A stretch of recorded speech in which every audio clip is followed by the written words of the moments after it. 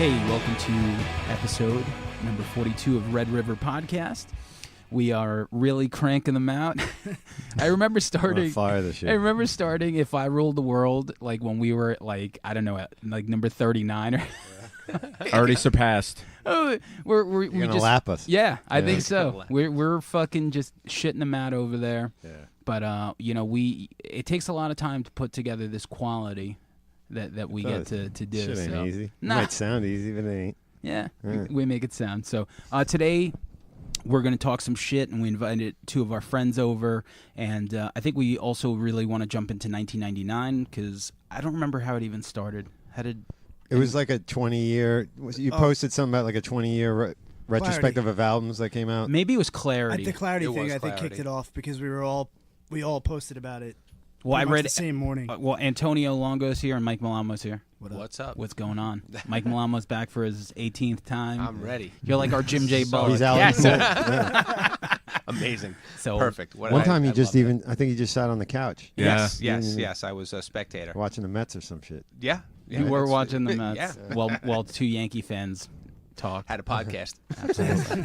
But yeah, because Antonio put up a Clarity thing, right? Like it Yeah. meant a lot to you, right? Oh yeah, it's probably my favorite record of all time because it's one of those albums where they went through a lot after that record, and then that point in my life too. Like I listened to it every night before I went to sleep. Like I think for like a full year, and to think that record got them dropped off their label blows my mind.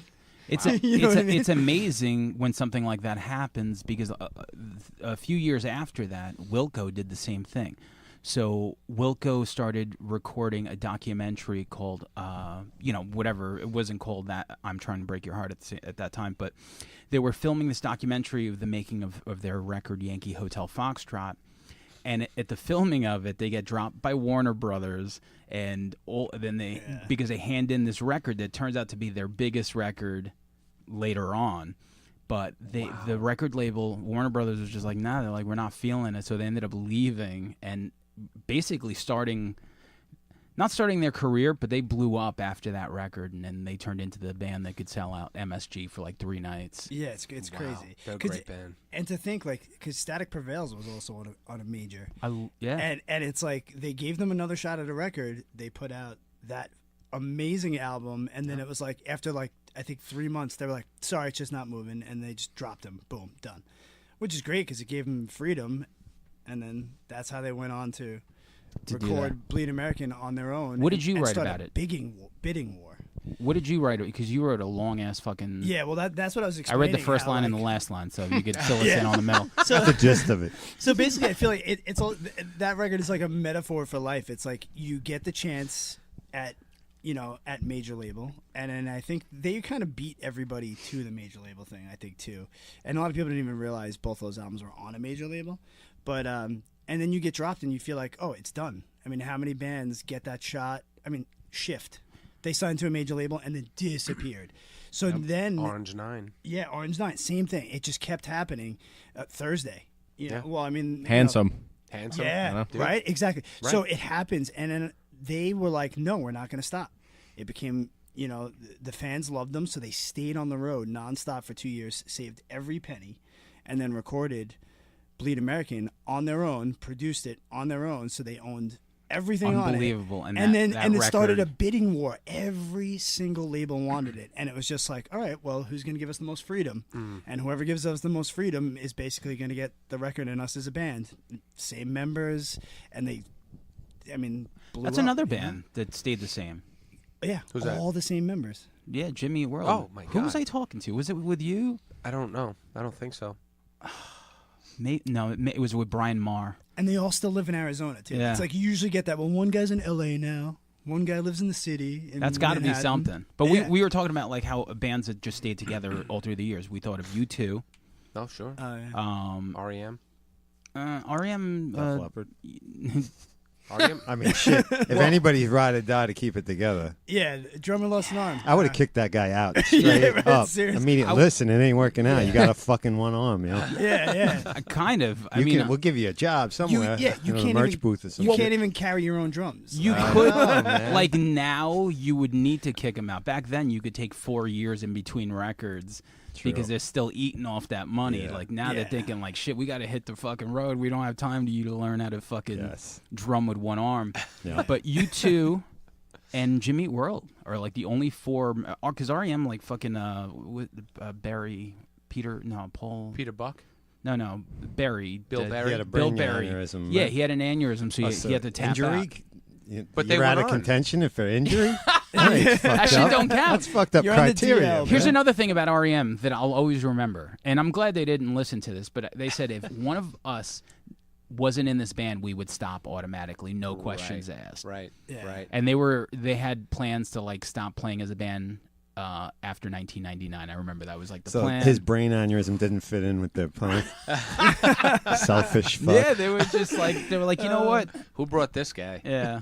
Well, it's funny because I read an article about recently with Robert Smith, and he said if the bass player, because they're the only two. I mean, there was only 3 members originally. Yeah. He said if he ever doesn't want to do the Cure anymore, I won't.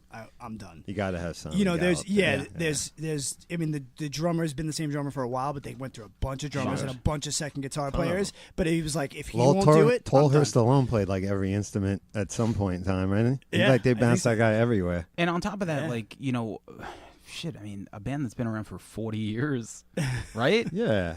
The Cure? Yeah, 79. Oh, yeah. It was before 70 76. I right? think was the first technically record they put out. They hit in the U.S. in 81, but Boys Don't Cry came out in 78. Right. But it didn't hit the U.S. Really? radio till Was like it 78? early 80s, 80, 81. Yeah. Are you pulling my chain? Because swear I to got God. Google The here right Peel now. sessions No, 'cause that they did I- were Make me Google. 77, right? Yeah, Wasn't that yeah. They were kind of on the radar, you know? Yeah. And you It's crazy. I mean, the Misfits 'Cause I remember came thinking out I in was- like 70. It's crazy how Yeah. when you Misfits, think 77. about it. Yeah, Joy but when you think Division. about it, like, Yeah. yeah. Yeah, because like whatever was going on there, Sure. you know, you think of like Kiss like trying to like play disco. yeah. Well, It's The funny. one thing They'll about, just throw anything at the wall and see yeah, what that's what I'm sticks. saying. The one thing Kinda about Kiss, cool. the one thing about Kiss is like they don't care. They were like in the beginning, they're like, oh, you know, we'll do this like glam fucking like New York Dolls thing. Sure, why not?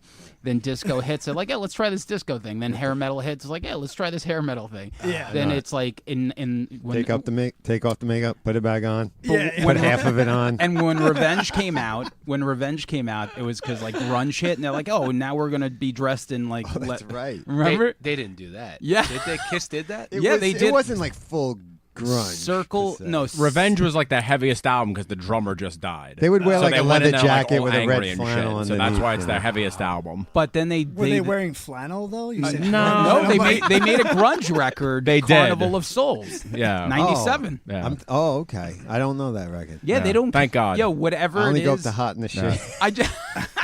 I just picture them sitting there, you know, at their board meeting or whatever it is they do, and they just like look at this chart with like, you know, fucking like peaks and valleys, and they're like, oh, it looks like you know, hip hop. Yeah, seriously, how have they not made a trap record yet?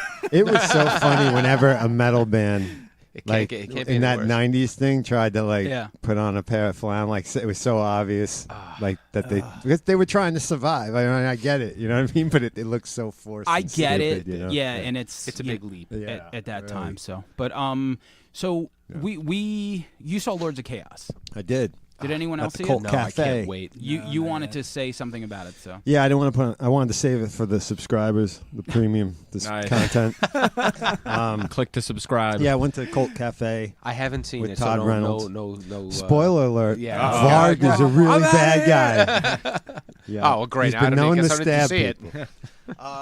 Yeah, there's really everybody knows the fucking Mayhem story. Yeah, I would yeah. think at this point, Yeah. you know what I mean. But a lot of people were bent out of shape about it, which I knew was going to happen. That happened as soon as they announced it. I would expect nothing else from a black metal community or anything else.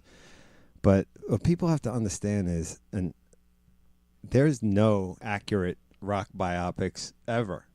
I mean, really, if you Yeah. get like 50% of it in the ballpark, otherwise watch the documentary. Yeah. Right. There's always liberties taken. I love the Doors movie by Oliver Stone. Oh, Okay? yeah. It's ridiculous. It is No ridiculous. Indian jumped into his spirit, and Raymond Zerik's watching the. Wait, did really? that Shit happen? happened. Oh yeah. Oh, hold on. Sorry. Wait, God wasn't on the phone calling him? all that shit, and like he walked around spouting his song lyrics all the time. It's ridiculous, but I had a great time He didn't watching fuck it, Meg Ryan? and I'll watch it anytime Oh, he did. it's on. You know what I mean? I love the Doors.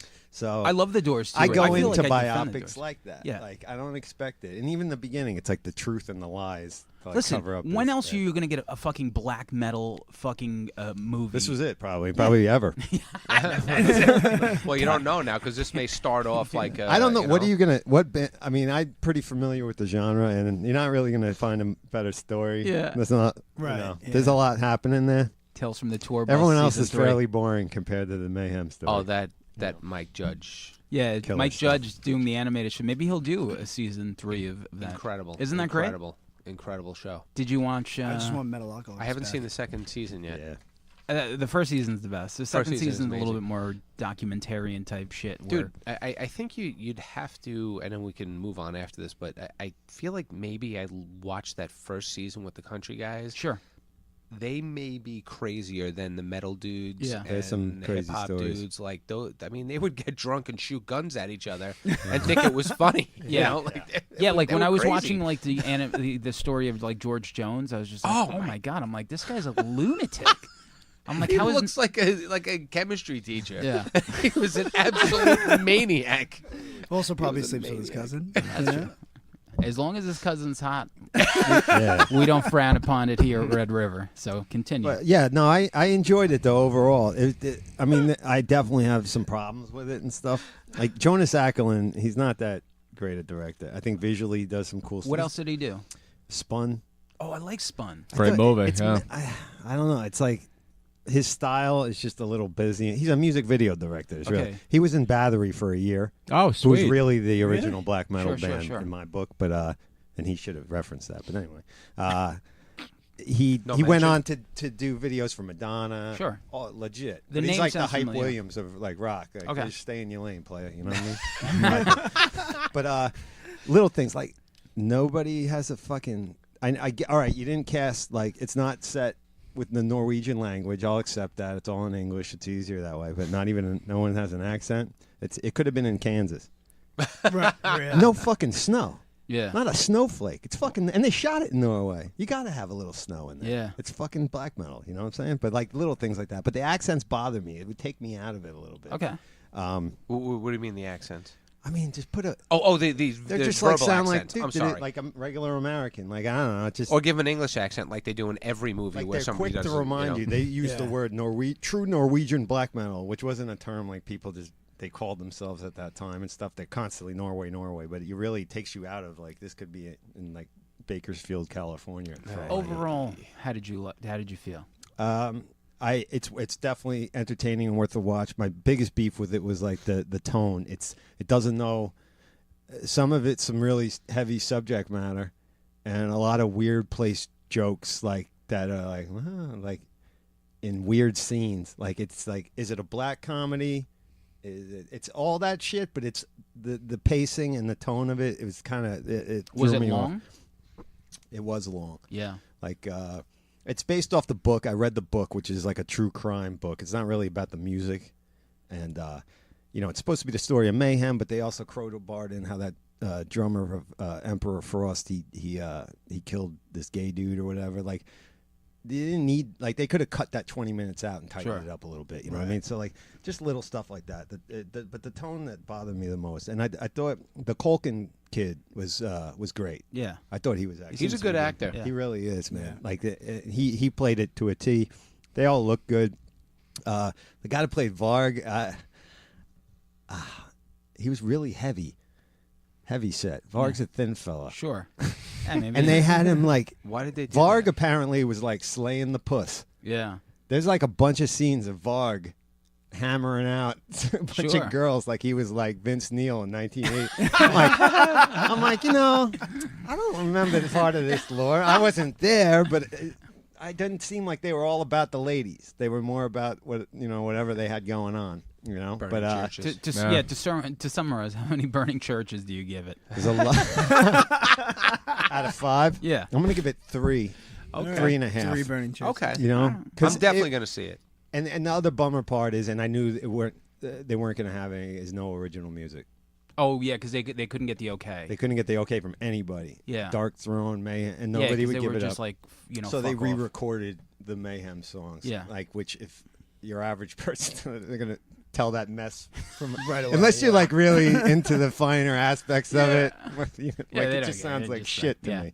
And but it was a packed house. I was impressed at that Cold You went Cafe. with Show 'em Back. I went with no, Mark. he didn't. He couldn't make it. Oh, he couldn't, Todd 'cause he Reynolds. loved- Shout okay. out Todd Reynolds.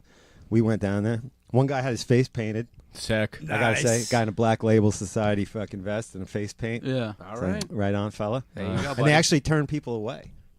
Okay, Like, I'm 'cause- glad I bought a ticket in advance Oh, 'cause because it there were was people full- waiting yeah. out front. They had to wait and turned away. So the turnout was good, and people were laughing and having a good time and stuff. So overall, it was good. People need to lighten the fuck up. Seriously. Yeah, You know, movies are get supposed to over it. entertain you. You don't own the genre. Everyone, you don't except, own anything. everyone except Derek Schilling. Varg's the only one. Varg's the only one that's really upset because he Derek- felt he was portrayed badly. Derek you know? Schilling is very mad for some reason. angry in dude. this movie. Shout out to Derek. But Like, we weren't there. We didn't know Lindenhurst. it. Whatever. It's entertainment. I recommend it. It's good. Get over yourself. It's Yeah. a fucking movie. we, That's my stance. yeah, Good our, for you, our, man. our black metal audience there. But yeah, so moving forward for me, did anyone finish True Detective? Haven't started it I think yet. I'm Started? 2 behind, Two 1 behind? behind. Yeah. I can't finish the last one because Oh, really? Why? I don't have HBO and I was watching it with my girlfriend. Oh, I thought it was for We like just some broke up. emotional reason. I didn't know it was for some poor reason. I gotta wait. I need someone's HBO Yeah. login. HBO Go. Yeah, message What I'm me saying on right now Facebook. is if you could DM me. Yo, slide up Anybody into listening? Antonio's DMs. Slide into my DMs. Okay, but everyone here saw Abducted in Plain Sight, right? Oh yes. No, Except- all right. I know. I've seen the memes. Yeah, Yeah. I'm interested. that's Go all ahead. you need. You could spoil it too. I don't give a fuck. What did you guys think of that fucking documentary? I think the father was 10 times creepier than the actual abductor. Yeah, I thought the whole entire situation was like I don't know these people. Obviously, I don't mean to offend anybody, but I've never Offend. seen a more clueless group of people in my life. I mean, that they just allowed all these things to happen multiple times. I mean, Father is the hand release guy. yeah, he Yeah. sure is. He sure is. Yeah, in the memes. he's the hand yeah. release guy. Listen, you're Who'd watching win in a fight? you- That guy or the dick sucker in Firefest? the Dick Probably the Sucker. Dick Oh, the guy Yeah, at Dick Sucker. Firefest would destroy him. So was- it's a story on Netflix, and I'm sure by now most people have seen it. And it starts off with an abduction, obviously, and then you go through this story, and it's one of the most absurd and ridiculous stories that you could like.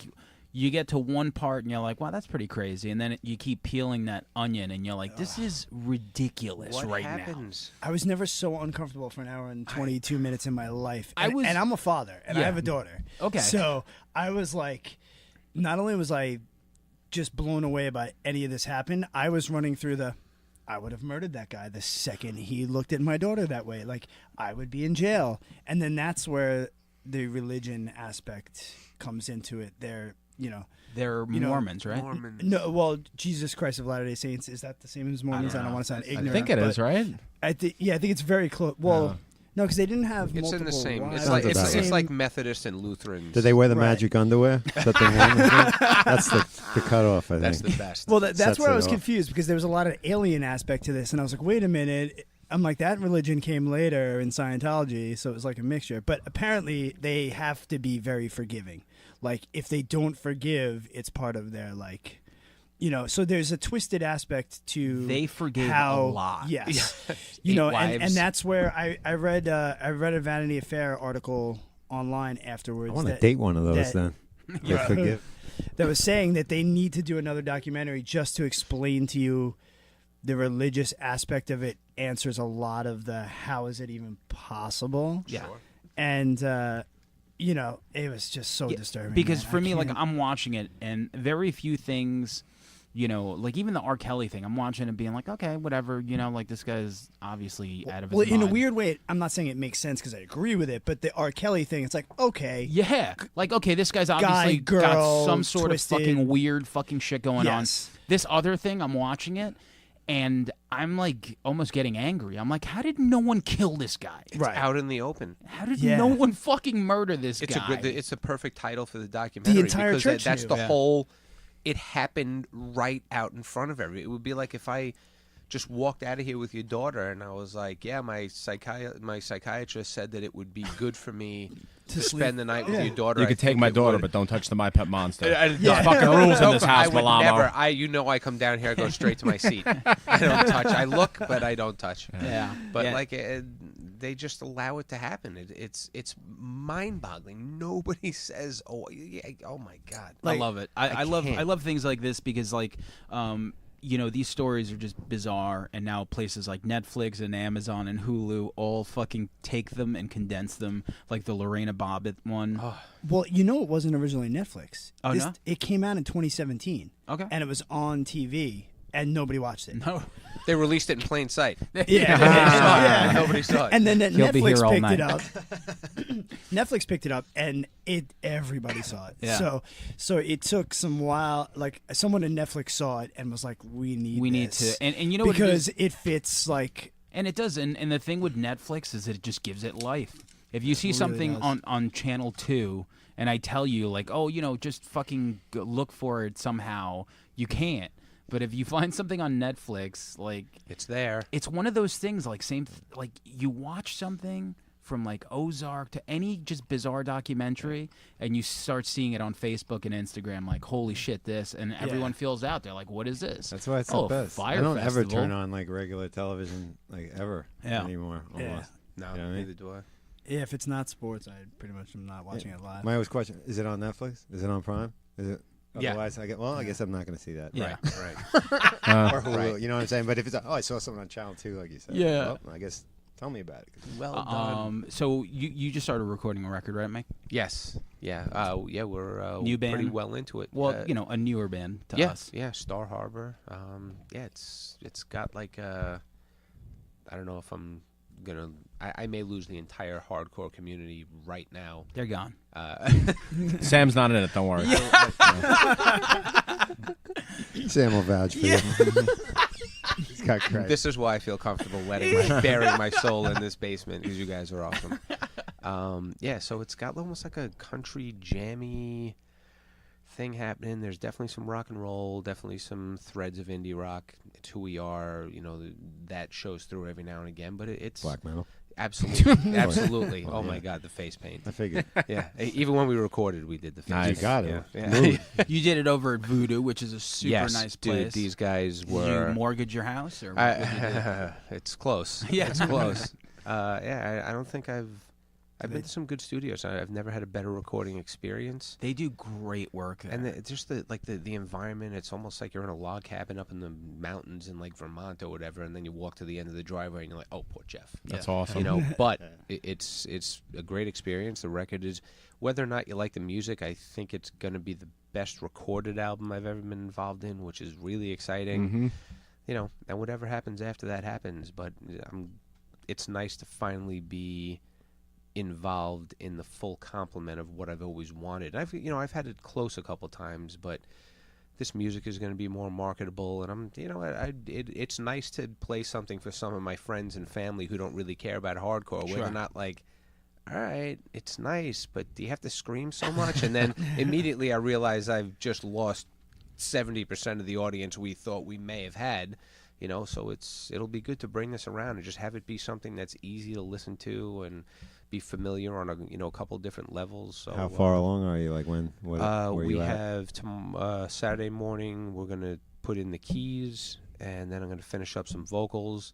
Then we may take one more day just to listen over and maybe drop in a few things here and there, and then it goes to mixing. So I would say by the spring, late Great. spring, early summer, it should. Sweet. It Gonna do should some drop. shows too. What's that? Gonna do some shows. Definitely going to do some shows. Cool. We're at this point trying to figure out if we're going to wait until I feel like it almost makes sense to wait until the record comes out to have a Sure. show, but that's not definite, you know. So You guys will hear from my publicist. If Nice. if We'll get you Fish, back on a sixth time. Yeah. And it drops. if Fish asks you to I'm open a paving show, the way. then you'll do it. Yeah. 100%. I would love to do that. I would love to do that. Antonio, I know that What up? you started a band, which I guess I didn't see the light of day, man. You named it after a Sam I Am fan. Yeah. A Sam I Am song, and I was like, man, I wish I would have thought of that name instead of Playing Dead, which is like the stupidest name ever. You have no idea how many people love that name. But Yeah, it's I a don't want great to take name. away from it because it's just a great name. It's simple and it's obvious. It's and marketable. It's just great. It's not obvious because I fucking everyone's like it's a Grateful Dead tribute, but I'm like, no, You man, should it's barg like- those fucking guys. I never man. thought that, You should actually. barg that. yeah, band. I you never would- thought that. You would never think that because we wouldn't think that. Yeah. Right. But to some people, that's one day, this dude messages me on our messenger for the band, and he's like, "Hey man," he's like, "What's up with these new songs?" And I like click onto his profile. He's got tie dye on. I was like, man. I was like, yo. I'm like, we're not. Like, what is it on this page that you think we do trip? Like, it just. Yeah. You He's should like- play a show with them and Maybe squash 'cause the it- beef, man. That Yeah. would be East Coast, West unbelievable. Coast went too far, man. Take it, learn the Maybe lessons. it's because man. he thinks you look like a young Jerry Garcia. Yeah. No, probably not. Oh, So, I have all my fingers. Yeah. Definitely. That's right. But like, so like, I'm talking to him, and he's just like, well, you shouldn't name your band something like this if you didn't want people to think that. And I'm thinking like, have you ever heard of like Return of the Living Dead, The Walking Dead, The Living Dead? Like, Yeah. anything like I that was the furthest thing from my mind. Right. was- Jerry invented being dead. Yeah. Yeah. Dead was around a long time. The Yeah. worst. Redheads. But The ordinary life. Yeah. yeah, back to Antonio. So, man, you've never stopped writing songs. I know that much. It's just finding the people, man, is the hardest part. It's hard. It's like you get a group of guys together, and then next thing you know, this guy can't do it. Now you're replacing a guy, and now the other guy wants to play things this way, and da-da-da, or this guy can't practice on Mondays. That's like the older I get, it's just harder to put everyone's schedules together, and it's just like, it's so frustrating. And I get it, because I was there too, but now my kids are getting a little bit older. I'm divorced. Sometimes I don't have my kids. So now I'm like, oh, wow. I've lived by myself for the first time in over a decade, and I don't have the kids tonight. I'm like, I can write music. I can play music. This is fucking crazy, And you play guitar and you sing. You could always, as much as we like playing with bands, you also have the ability to just go play a show by yourself. Yeah, I which mean, you and were that's the doing thing. for a while. I was getting burnt out playing solo. Sure. And then, I was back into full band mode, and then, I was getting ready to do it again, and then now I'm back to playing solo again. But I'm actually okay with it, and I would like to maybe put people behind it at some point. So that's why, like we were saying, I'm not going to call it Antonio Longo because I've never been a big fan of that. Even with singer-songwriters, do you know it's how, hard to do. do you know how Parker used to pronounce your last name? No. Luongo. Yeah. Luongo. One day, me and Keith Moore were here, and he was like, and like, for some reason, like your name came up, and I was like, what did you say his name was? He's like Luongo, and I'm like, it's Longo. Well, I was like, if you said so Garcia, that was my birth name. There you go. But Right. I Wasn't had a Garcia. I had a name change. Part of the reason I changed my last name was because people would be like, Everyone "Are you thought he was related in to a Dead Jerry cover Garcia?" band. Yeah, no Maybe joke. you fucking should join Playing Dead and just fucking let's get the. Well, Well, wait a I've minute. always wanted to do a band with this guy, but he's in too many. Wait a minute. So you were being asked. Yeah, are you related to Jerry? And I'm like, no. I'm like, it's a very common name. Yeah, it's pretty common. It's like the Hispanic. Welcome to my Smith. life. The last name Yeah. Parker. Yeah. And I have brothers that I make the fucking board games that I do this. Yeah, like of fucking course. shut the fuck up. That's amazing. Yeah. And it's funny because I had never related even, to and when Dave people were Parker? asking, yeah, and when Peter Parker. Dave Parker from the A's. And honestly, I know. in high school, I had never even listened to a Dead song. Yeah. My mom wasn't a Deadhead. She was more, Beatles, She had good taste. Dylan. Yeah. She raised you Joan right. Baez. Yeah, exactly. I get it. Exactly. So I was like, I don't even know who they are, And then it wasn't until probably I think like 3 years ago or 2 years ago when Chris Kutzes opened his new tattoo shop and he would play like live Dead all the time. I'm like, oh, this is cool. What is this? And that riff is interesting. And I'm like, I get why people like it. Absolutely. And now I'm hearing not just the hits you hear on the radio, sure, and I was sure. like, oh, okay, this is cool. It's not They're a my great band. thing, but okay. There's no They're a great question band. of Like, talent. yeah, You know, yeah. it's They're great just But I whether it never grabs you or really not, listened you to know. them, and I was It's like Stockholm syndrome. tell is you what. basically what you were experiencing. Side note, I don't like the Dead obviously either, but I watched the document because I watch a document for everybody. There you The go. one on Good for Bob you, Weir man. on Netflix. Weird something. Yeah, yo, let me tell you, Bob Weir did better. Vince Slaying the Neil, puss? oh my Nice. God! Was it? More than Imagine Varg? being the one normal-looking person in this big band that had all tons of ugly girls. hippies. Yeah. He's the only one that looked like a human being. Right, yeah. That dude was killing it. You know yo. what? That's a good Killing point. it. How many we should make a top 5 of how many ugly bands there are with the one With guy. one guy? With the Yeah. one- With Yeah. the one, With the one one good-looking normal guy? looking guy. Sex Pistols. Yeah.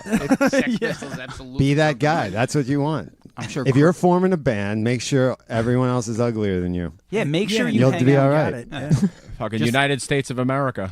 Remember that fucking band? The fucking lump band? Oh, Presidents of the Wait. United States of America. Who's the hot one in that group? I think it was only 2 of them. No, 3. It was 3 guys. Three-piece. Yeah. Three-piece. Yeah. I couldn't even tell you what Two any of those bald guys, guys look like. and yeah, One was two bald. skinny bald Drummer had guys. some okay. like curly fucking hair or some shit. That's why He Jack, got the girls. Jack That's why Jack White got Meg White. There you go. Yeah, exactly. Seriously. It worked But for Bob Weir. Going back to, are we we don't want to talk about anything else? All right, we could jump into 1999. Hell yeah. Sure. Are we getting in a hot tub time machine? To Yeah, do that? we are. We're gonna get into Hot Tub Time Machine.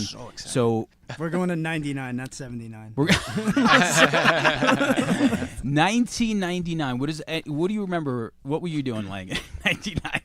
You know, whenever we do one of these like things and we pick a year, it's always interesting because you start thinking about like where you were at, what you were doing, who you were hanging out with. It kind of jogs your memory, and I was like, man, what the fuck? Like that was like a weird blank. Fucking what was going on? I was DJing for a living. I was working like 6 nights a week, just DJing. I was living in Jersey City. I was only into like hip hop and drum and bass.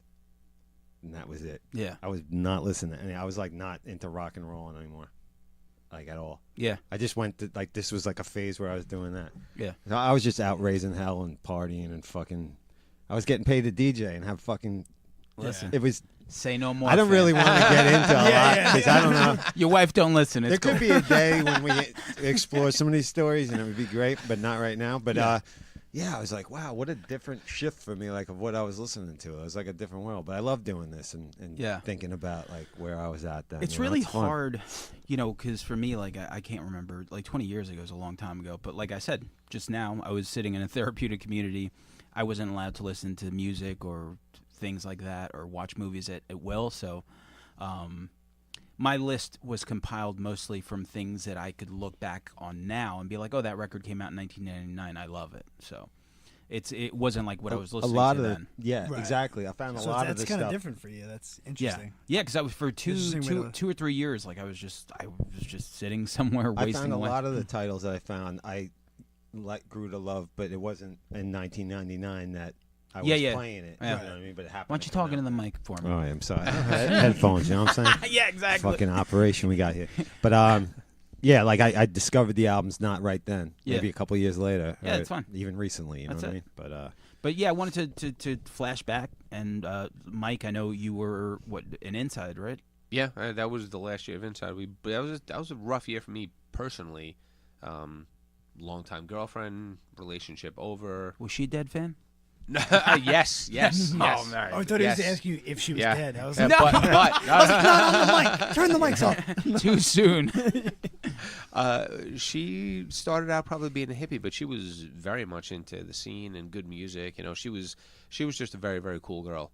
But that ended, Inside ended, and I was at that point in my life where I was just like, now what? Like, what the hell do I go back to school? I just had no idea what to do with my life, and I think that probably threw me into music even more at that point. But I was in a weird place because I didn't want to be in a band right away. Oh, really? Yes. I think I felt like I wanted to do something different, start listening to something different. Clarity, that album probably is a hard thing to say because I don't know how much I mean it, but it may musically be more pleasing to me than any Sunny Day record. I really do think it's the best indie record ever. Agreed. Maybe pop, maybe rock. Like it could cross a lot of Songwriting genres. is phenomenal. And it's dynamic, you know. And Dynamic for sure. Goodbye Sky Harbor, Sure. which is, I'm glad the song's 15 minutes long. I just Oh. wish there was more than just the first 3 minutes of, Yeah. Yeah. beautifulnness that I want Absolutely. to hear more. But that record was Although what's crazy is when they did the 10-year anniversary tour for that at Terminal 5, they played that whole part that long. wow. And it was actually really cool to see Like it live. 17 sure. minutes or They something? played. I'm sure. It's like 17 minutes and like 30-something seconds, and they did the whole damn thing live at Terminal 5. And I was like, wow, they're gonna play the.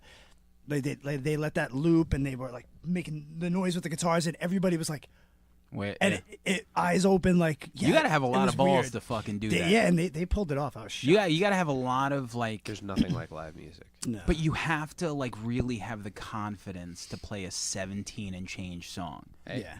You know, especially like those parts are dynamic to a point, but it's very repetitive towards Yeah. the end. Absolutely. It just like keeps going and going and Like the going. Grateful Dead. But Keep coming Yes, back, very yeah. much yeah, so. but you know what though? They had never done that before. This was the 10-year anniversary of the record that pretty much made it that they were able to sustain a career. So Yeah. it's like I'm sure they were more than happy to play Oh, those absolutely. 17 minutes. They're you a know. monster band, man. Every time they come on, whether I stopped paying attention to them for a little while, just because they hit that point where they were getting super popular, and I was like, I don't know if I want to take this journey with them, so I backed off. But then I would hear a couple songs off those records. We're and I'd talking be about like, Jimmy Eat World for Yeah. anyone who doesn't know. By Yeah, the way. so Oh, yeah, that's true. sorry. Yeah. And, Our resident black metal father here had no idea. That's amazing. I'm sorry we're going on and on about this yeah. band, Oh, but- come He, on. he thought it was a drum and bass album. yeah. We could literally. For me, we could do a whole Jimmy Eat World episode. Yeah, no question. Yeah, I'll leave it at that. They have been writing impressive stuff since then. It just fell on deaf ears with me for a while, but they're We'll get to those records, but in 1999, did you three guys play a show together once? Like Parker, Longo, and fucking I'm Malama? sure we did. We probably. I don't know. Yeah, I don't know. I mean, we were in the same places Yeah. all the You time. were still in Yeah, Sky Keep that I mean Falling. that's kind of when we started like I guess like put our like Play out. asses in gear and started Okay. playing shows or whatever. Yeah, I mean, yeah. It's funny because Cameron was going to Hofstra with Justin Beck from Glassjaw. Sure. And we Right. were definitely like we weren't enemies, but we were trying to like one up on each other. Yeah. And who's gonna get this tour and this show and blah blah blah. And like our big our big whatever we thought it was break or whatever the hell, we actually got on the same comp as Rancid. And we're like, holy fucking shit. Actually, right here you go. And I was like, holy fucking shit, this is it. And then we're in the studio recording the song that's going to be going on this comp with Rancid. And Cameron just walks in with his head down. And I'm just like, what? What the fuck happened? And he's just like, they just signed to Roadrunner. And I'm like, oh, okay. So there goes Wait, who signed to Glassjaw. Glassjaw, that's So I'm like, oh, there goes that war. So, Yeah, That more or less, yeah. I know I played a bunch of shows with Inside, and I know I played shows with Sky King Falling. No. I don't know, maybe at the same time, all three, probably not. no. Was 1999 Taking Back Sunday? No, What that was that was the Prize Fighter, beginning of the Prize Prize Fighter. Fighter, So 1999 was tough for me too, because believe it or not, when Inside broke up, it was also like a part of me died. Because Inside is So my none of favorite- us were emotionally stable in No, 1999. I Not was so definitely far. not, definitely not emotionally. I'm stable. holding out for you, Parker, when we get No, there. I mean Inside was my favorite Long Island band ever. And Thanks, man. I was with those guys all the time. Why are and it both was like your a, hands It was like a visible piece right of now? me. It was like a piece of me died. And then when I left Taking Back Sunday, and then of course rumors twisted that it was got kicked out, which is not true, but that's for another time. And then I was actually I had left that. I was doing, I think I also was doing One True Thing, playing bass with those guys because I was with them when they were Scarab and they needed someone at that point, and I also had started the Prize Fighter. So I was doing a lot, juggling a lot, and because Taking Back Sunday was my everything, and now all of a sudden I didn't have that, so I was like throwing my focus in a lot of different areas. So it was kind of an interesting time for me. Were you as at the well. last Inside show? Oh yeah. That were, I think all three of us were at that. Yeah, We I were mean, there. I've also watched it on YouTube a million Nah. times. I was so pissed because not only that was that the last, it was the record release, and I was like, I'm never gonna release. fucking hear these songs ever again. I And you know. were wrong. You know? Yeah. And I'm Luckily, I'm still waiting. luckily, I was wrong. Yeah, I mean, I'm still waiting for the artwork for my 12-inch. Who's in charge of that, Tom? I'm sorry. The cellophane wasn't enough for you. All right, whatever.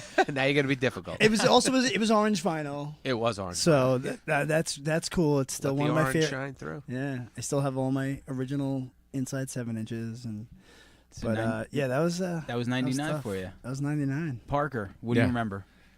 Man, I was fucking rocking and fucking rolling at Sunrise Mall, working at Stearns, baby. What Fucking- what color fanny pack did you have back then?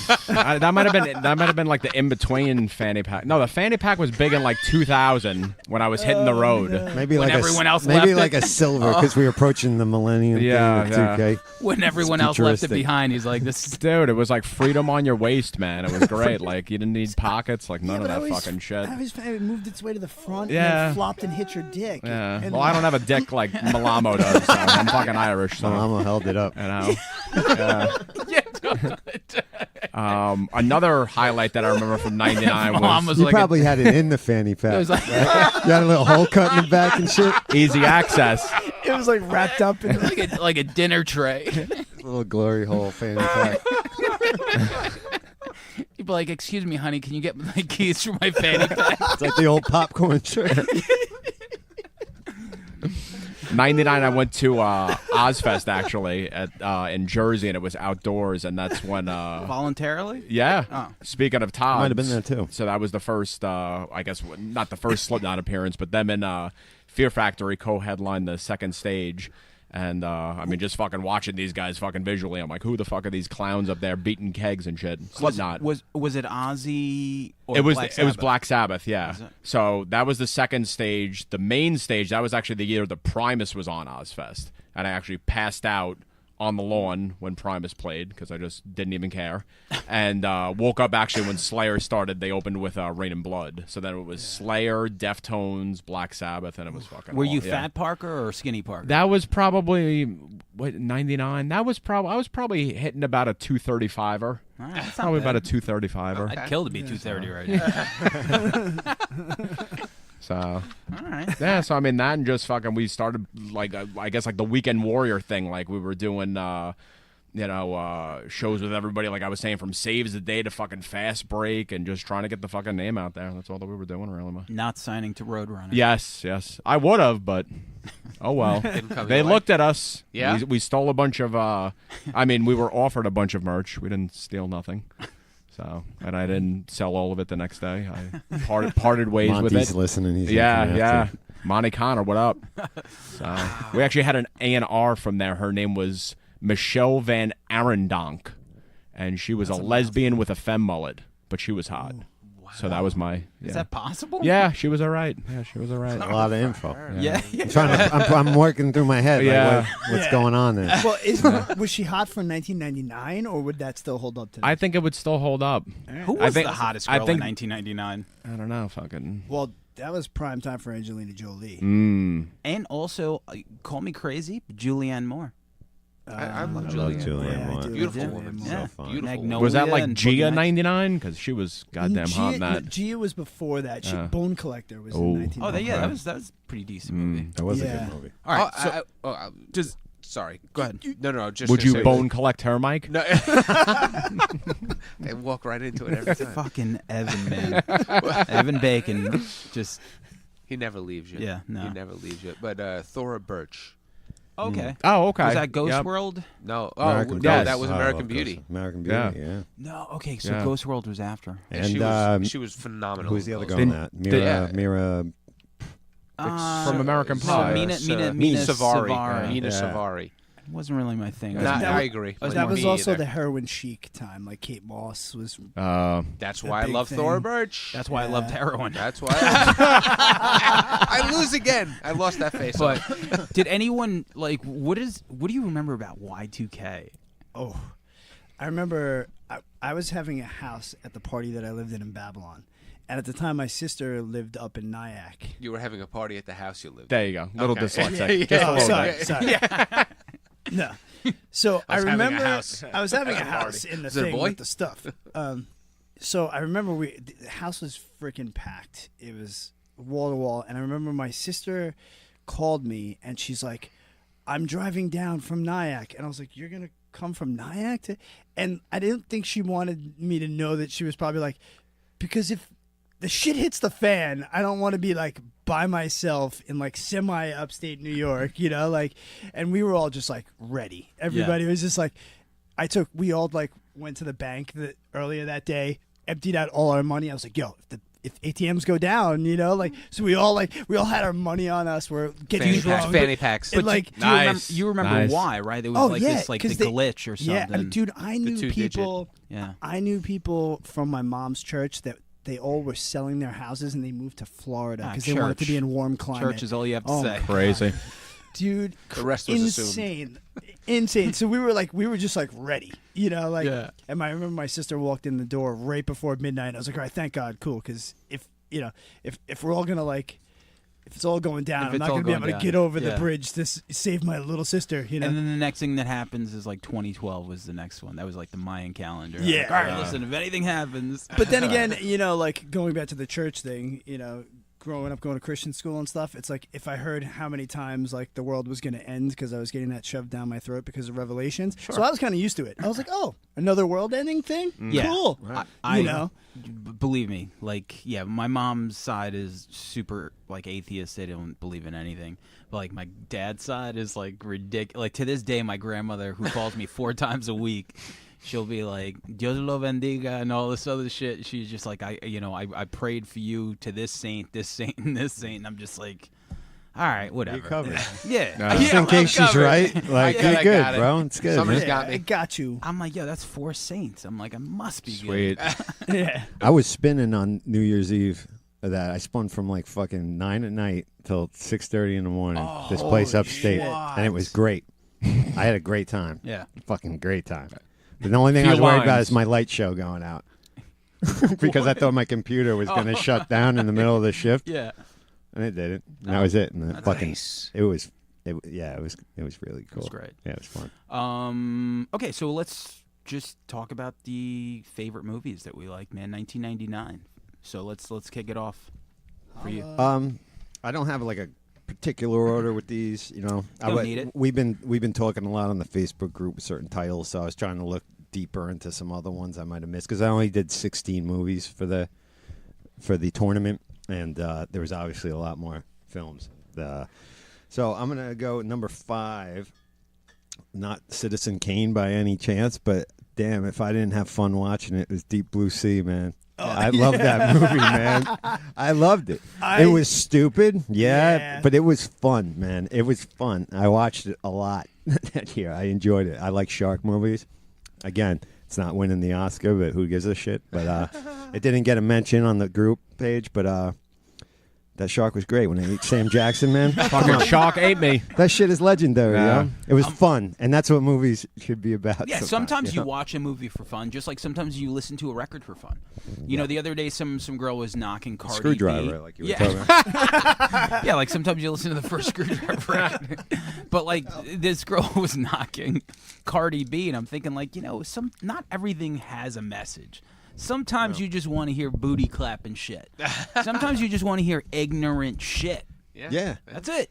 Same thing with a movie. Like sometimes you want to see fucking Deep Blue, whatever the fuck. Sometimes you just want to go to fast food and That's not, it. Yeah, yeah, you know, yeah. not sit down at the Nice. fancy restaurant and Sometimes. have some fun. Go to White Castle for Valentine's Day, baby. Whatever it takes. Whatever. Mike, number 5. Oh, I'm sorry. We were doing 5 or 10. We're doing 5. 5. I just said just in case. Langen's got work at 3 a.m. We're only Yeah, show's 5 minutes left. So Tick tock, tick tock. speed round. Number 5, I had The Talented Mr. Ripley. cool. think I saw that. That was Matt Damon Matt and Damon. Jude Oh, Law. yeah. It's Yeah. totally worth it, man. Okay. Totally worth it. Totally worth it.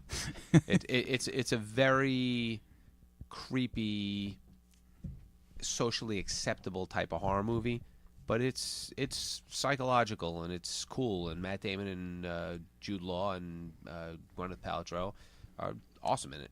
Okay. Yeah, it's a good movie. Maybe I should check that. I think it's on Netflix. Holds It up. is on Netflix. Holds up. Yeah, I think so. Yeah. I think so. I watch it when I see it. Cool. Yeah. Cool. Our number 5 from me, Any Given Sunday. Oh, nice. That was Okay. one of my honorable mentions. Very Okay. nice. All I right. had to put it in there, and it's funny. The reason section. why I put it in Isn't there. that Oliver Stone? Yeah. Yep. Yeah. Hell yeah. Reason Great I put it cast. in there because Al Pacino. when you think about Right. 20 years later and how still relevant the concept of the movie was, you're like, wow, not much has changed. You know, like, yeah, I mean, I'm a big sports guy myself, and being a Giants fan, it's like that movie is like the same thing right now. Like, Eli Manning's old, you got to move on to the new guy. These flashy things and these contracts, and you know, and The players movie- change, but the story stays the It's same. yeah, Yeah, exactly. yeah, It's yeah. just different people, and it's Different, the yeah. same, and it's and it's Pacino yelling, and Mm-hmm. it's that never gets old, you know. good at and that. it's just it's just Great so ass. solid, and She's got a great ass. so that's my number 5. Parker. Fucking Boondock Saints, man. I had to fucking pick it. I know that it came up a bunch on the fucking tournament, Well, but because Langan hates it. do you hate it? Hate is a strong word. Yeah. I just you know when sometimes something gets a little too hyped for Yeah. you by a lot of people, and then Yeah. if it's not like amazing by the time you see it, you're like, oh, Yeah. Don't get me wrong. Okay. The second one was one of the biggest pieces of shit I've ever seen in my I entire didn't life. even know they. I made a didn't second even- one. Yeah. bother, Oh, fucking horrible. Who's in? I know Defoe. I'm trying to remember the film exactly. In the Who else? first one? Yeah, What is it? Sean Patrick Flannery, and the the guy from Walking Dead. yeah, that guy, Yeah. Yeah, the hair guy. Who else? I don't think really anybody else. that Ron fucking- Jeremy. Oh, that's true. Hello? That's Listen, true. Come on. I'll tell you this. Number 5 for me is also Boondock Saints. There you go. Fucking Holla. great. Just really, that was like one of those movies that's like post Pulp Fiction that was like told in a different way. So like Yes. you see like Willem Dafoe retelling the story while like it was just like this weird direction. Gina Fine was in it. That's another porn Yeah. star. Ron Jeremy. Shout But out just to Willem her. Dafoe really. Well, it was also because he was giving what his depiction was, but then you also got to see how it really went Yes. down. Yeah, it's just the direction was just fucking great. I remember what the director was like a bartender, Yeah. and got it made and Yeah. shit like that. Cool story behind it. Great movie. Yeah, I don't know. A lot of people, you know, like yourself or Brian Cassell, wherever the fuck that cocksucker is, seem to think that it's overrated. A lot of people I'm sure Jerry sample from Smith that hates movie it. too. Yeah. So I mean, luckily I saw it right when it came out to Yeah, me too. VHS. Yeah. So I didn't have any of that Maybe in I my had head. too high expectations. Right. I guess. Yeah, exactly. So it was one of those things where Oh like, yeah, It I did- remember I was pre-Buzz. working. Yeah, I was working at Ink Alternative Tattoo in Ronkonkoma at the time, and with my buddy Al, rest in peace, Al Carter. Sorry, but we literally watched that movie every single day, and quoted it, and we'd never seen anything like it, and it was just, that whole kind of. I mean, I've always loved comic books, so that whole like, oh, we're killing for good, and reasoning behind it was kind of in there, and Yeah. it was ahead of its time. It was Absolutely. it was fun. It So took- many good one-liners from that Mhm. movie. It's ridiculous. It took like that post Pulp Fiction world and actually did something that borrowed, but also just it brought something different to the game. So, number 4, Langan. I got Detroit Rock City. Yo, Nice. was that 99? Yeah. How did I miss that? Yeah. That's, I that went would've- down Wikipedia, everything that came out in 1999 to go through because you rattle your brain, you don't remember what Yo, that's year my exactly. shit. I'm a big fan of any night in the life like that Richard Linklater, Dazed and Confused kind of, just because it Great could movie. happen with any kid Yeah. in any era, in any town. It's just it's a story that's completely universal. You know what Yeah, I mean? it is. Especially as a young music fan. It doesn't even matter what year it takes place. No, that's Right. a great. You can always relate to it. It's really wow, it's great. It's almost like a Dazed and Confused for sure. Yeah. You know, they're instead of going to Aerosmith or hanging out, at the It's a simple plot, man. yeah. It's Yeah, just I- like it's either It made you know, me like Kiss. like Dazed and Confused. There's having a fucking party at someone's house that gets but like the essential like where you're going is very simple, but it's what happens in between. They're trying to get to a Kiss concert. Yes. That's it. That's it. They're not rewriting. It's not fucking rocket science. No. It's just And that's the beauty of like watching certain movies, because if those characters or the writing sucked, it would be so fucking bad because there's nothing to it. Oh, it's gotta be They're top. basically Yeah. in high school, they win tickets and they go see a show. It's all about the writing. That's it. Yeah, there's no frills. Natasha Lyonne, Yeah. Eddie Furlong. Now we're all biased because we're big music nerds. But do you think it translated to people that could give two shits about Obviously live not. music? You'd think that You know, like, anybody that was it bombed. young and wanted to that's have true. fun could relate to something. But Yeah, but there are yeah. people out there that hate fun. Lynn, Yeah. Lynn Shay was in it too. Yeah. I mean, I hate Kiss, but I like that movie. Me I too. loathe You Kiss. know? I'll tell you this. But it could be you could take out Kiss and you could have put in But fucking any band, Aerosmith yeah, or whatever totally. the fuck in It that. was the era. same. Yeah, shit. I had one of those nights in my life, and I was going to see Stryper. I mean, yeah. Nice. I Get a Bible? no, I caught a whack. guitar pick though. All right. No Bible. Um, your mom's church would have been proud for sure. Detroit Rock City is also my favorite Kiss song. I think it's a great song, It is a great great chorus, very anthemic. So, Malama number 4. Election Yeah. Yeah, with Matthew Broderick. that's my number 4. Is that yeah? Nice. Nice. Such a good movie. Yeah, loved it. It's, It's- it made me very uncomfortable the first time I saw it. So uncomfortable. Yeah. The You whole- didn't expect it to get No, that to dark. get, like- yeah. Listen, not to get vulgar, but when, Oh, when that please. guy's like, her pussy gets Yeah, so, like, totally. I got up and left the room. I was like, I know, there's no way. Like, you can't, it just totally wigged me out. Did you get up the? Did you get up? I was watching it in my living room. You were. So I left the room, and like a year later, I Alright. finally went back in and watched it, and I was like, all right, and I was like, oh, all right, it's a good movie. It's a really good movie. Now every time it's on, I'm like, it's a really good movie. That was Reese Witherspoon's first Yeah. moment. Reese. I think so. Yeah. Reese and Matthew Broderick was like. He was fantastic. Yeah, like that movie. Who did that movie? I don't know. Oh, isn't it like Charles Kaufman or something like that? Being John Malkovich guy. I think you're right. I think so. I know it's someone. I'm that not went as on good to with some that as shit. you guys are. Yeah. Apparently, I'm not. Well, that I mean, good. being I John don't fucking Malkovich was know. also that year, so did Yeah. you do Oh, both maybe of those not. in that one Oh, year? right. Oh, It's a yeah. good call. That would have Good been call. hard. Yeah. We'll It's get, good. we'll get our Yeah. fact checkers to Yeah, tell you. We'll get Hugo on it. You guys are so wrong. Do you even know? Yeah, no, that. So I'll go to like my number 4 was Election. Just blew me away. I couldn't believe it. Like it was just it deserved the R rating because it was so. It would make you feel uncomfortable, like the relationship they had and stuff. So, Antonio. My number 4 is The Matrix. Great movie. 'Cause- Great call. I Never heard mean, of it. at that time, you'd never seen any of that, like on film. No. really. Like, so its impact to the film industry as far as CGI and stuff is like Huge. pretty groundbreaking. It was dark, like, I mean, who doesn't love a woman wearing a full leather bodysuit? killing Carrie Ann people? Moss was one of my crushes. Oh man, she she looked looked great. great. Memento. And also what's the movie Underworld? Hmm? When Underworld came out, I was like, yes, she's wearing the Matrix outfit. Yeah. You know what I mean? That Yeah. same like leather zip up. And you it's know? just such a world that fucking movie created. And the action sequences, like even at the very end, like the bullets Yeah, and all that all other of it. stuff, shit that you've never seen. You're just like, wow. And then the sequels came out and ruined it. Yeah, I mean, well, we're talking about the Yeah, original one. we're talking about the original. I remember when DVD players came out, that was like the #1 fucking for like surround sound and all that shit. It was like Oh, the yeah. Matrix and Blade. Yeah. You know, I never saw The Matrix till a couple years ago.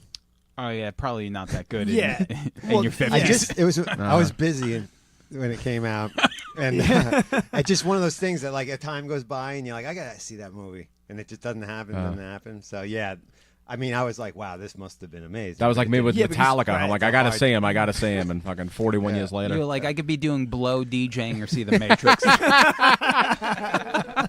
Cool. Parker number 4. Number 4, Fight Club. Of course. Holy shit, I don't even know where to begin with this fucking movie.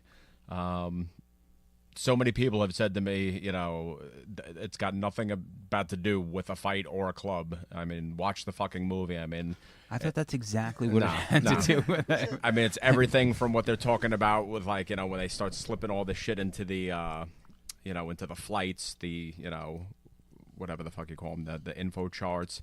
And then, talking about how they're stealing the fat, for the soap. I mean, I don't Insanity. know. It is insanity. Meatloaf's boobs. Yeah, I mean, I feel like the whole the Bitch Fight tits Club Bob. thing, that was just to Greatest bring name everybody ever. together, to form this, whatever it was. It wasn't a gang, but it was just a group of, people that had the same, vision, same intuitions. Like a club. Yeah, there you go. And they happened to be fighting. Anarchy, baby. Yeah. So, And the end, Pixies, Where's My Mind? I know. Oh, That's how you close it. That's how you close it. and just the insanity, how the fucking guy was crazy the entire movie. All right. Well, I said election for me, so we're going to do number 3. I had 8mm. Wow, really? that was in my top 10. Really? That was in my Yeah. top Yeah, 10. that was, I liked it. You don't like That was the movie? first time I ever heard of a snuff film. Is that Nicolas Cage? Yeah. Yeah. Wow. Snuff- Gandolfini? Yeah, that's right. That's right. Who's the I think he's Norwegian actually, the Scandinavian guy from Hieronymus? You're right. from Fargo. Oh. He's in it okay. too. That's awesome. Yeah, it's a I just great watched that movie. last week again. Yeah, I thought it was fucking love that super movie. dark and Yeah. that the Very dark. The whole snuff Yes. snuff movies are kind of dark, guys. Are they really? They are. They have an edge to them, but spoiler like the alert. ending, Spoiler the alert. ending, it's fucking sick with that big dude with the mask on. It's fucking Machine. creepy as fuck, man. Machine. Yeah, it was good. Oh, Loved what's it? Joaquin Phoenix. Was it? Joaquin That's Phoenix right. is in it. He was the guy that Absolutely. was the In porn star Porn clerk. Star. I was trying to remember who it was. I kept thinking Wes Bentley for some right. reason. He the was porn in that. movie. The American store. Beauty kid. Yeah. Yeah. Yo, who won the movie tournament? But tomorrow will be the final. I think it'll be Sixth Sense versus. American Beauty. Yeah. So the Sixth Sense beat the Fight Club? You know what? I got to check how it came in because a couple Yeah. of them were close. I don't know exactly. Oh, I know American Beauty made it, but I got to see who won the last one. But tomorrow will be the last. I think American Beauty was up against Sixth Sense today. Yeah. I have a funny Sixth Sense story real quick. Go ahead. I have to tell this one. So, Silent Majority was playing a show at what the hell was the bar in Belmore? Ground Zero. Ground Zero. Silent Majority was playing a Sunday matinee the weekend the movie came out, and I think somebody broke a string, so Tommy was like killing time, like bullshitting, and he's like, "Anyone see any movies?" And like Oh, someone no, said he Sixth Sense. didn't. No, it wasn't Tommy. Richie leaned into the microphone and was like, "Bruce Willis is a ghost." Yo, let me tell you about Rich right now because he just commented on something on my Facebook that made, some people are just always funny, and I fucking hate him for always. I tell him all the Oh my time. God. I hate how funny he is. Anytime hilarious. his I'm like, I can't even comment after that because it's not going to be as funny. No. No. So today I decided to write one of my statuses was Imagine Dragons is better than No Effects. I'm just being a dick. I mean, I technically would rather listen to Imagine Dragons over No Probably. Effects. I also hate Probably. No Effects. So, I'm So good on that one. he writes, funny, because he'll get a whole bunch of likes now too. I hate when people like funny comments. Yeah. So he writes, I'll Fuckers. take No Effects and The Witch, which I hate, and you can have Imagine Dragons in the last 11 Weezer albums. Oh, what a fucking Jack Avina dick. for the win. Yeah, Oh my God. such a dick. That's amazing. Yeah, exactly. So where were we? We're at Malamo. Number Malamo for 3, I three. had probably a little bit of an obscure one, but the movie was big for me. It was called Joe the King. Wow. Val Kilmer plays like an alcoholic dad. He's definitely not the star. Joe the King. Yeah, Ethan Hawke plays a teacher, and then this Noah Fleiss plays the main character, and he's like a troubled kid living in the middle of nowhere in the 70s in like Schenectady or somewhere up there, one of those lost towns, 2 hours north of us. And he's like a klepto, and he's got all sorts of emotional problems, but it like you can't turn away. Did you ever see the movie Heavy with Evan Dando? Wow. On the No. Lemonheads? Yeah. Really? Yeah, and I feel like you're making shit up no, here. I'm not. Yeah, Right, come on now. You know what? It's almost got the feel of like Gummo or Mm. Kids, Okay. Gummo was Now we're fun. talking. maybe a step more commercialized in its, No spaghetti cinematography. in Yeah, I the was going to bathtub. say a little less spaghetti in the bathtub. cat- That's what gave it an R rating. Cats- The spaghetti cats in in the the bathtub. gasoline, That's the none of most offensive thing I've ever seen on the screen. is. But anyway, And It the is- chocolate. yeah, I digress. Chocolate. And he was having milk with the spaghetti. The kid eating the spaghetti is the most. It's Yeah, fucking- he's something else. Oh, Every now and then I He's check like- his IMDb to see if he's like a real person. No, he Like, is. He Because is a real he's in person. Gore-Tex's super coven Yes. group. Because I mentioned it on there, and fucking Gore-Tex is like, yo, he's one of our group members, and he tags him right under my comment. You need to get him on the podcast. I think so, but what Yeah. would we say to him? He'd be like, We so could were say, you please were don't kill us. How did that spaghetti All three taste? of us would be like fucking against the closet, just staring at And him. stay out of my bathroom. Do not Do it go in my remotely. bathroom. Have him call in. If I see one strand of spaghetti, this is over.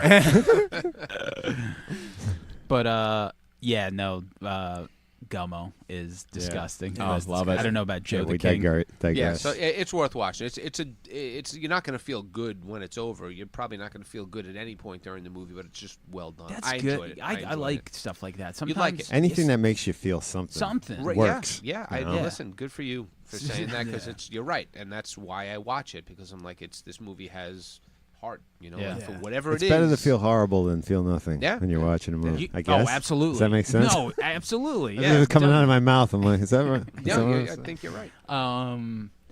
Evan Dando. Yeah. So I just recently watched him on the Goldbergs. Oh, get out of here! And I fucking have been nonstop talking about the Goldbergs on Facebook Yeah, I because saw every that. episode gets better and better. I have to watch that at some point. It's so. I just watched the Major League one, I didn't see that. and then one I had yet. to watch Major League right after it.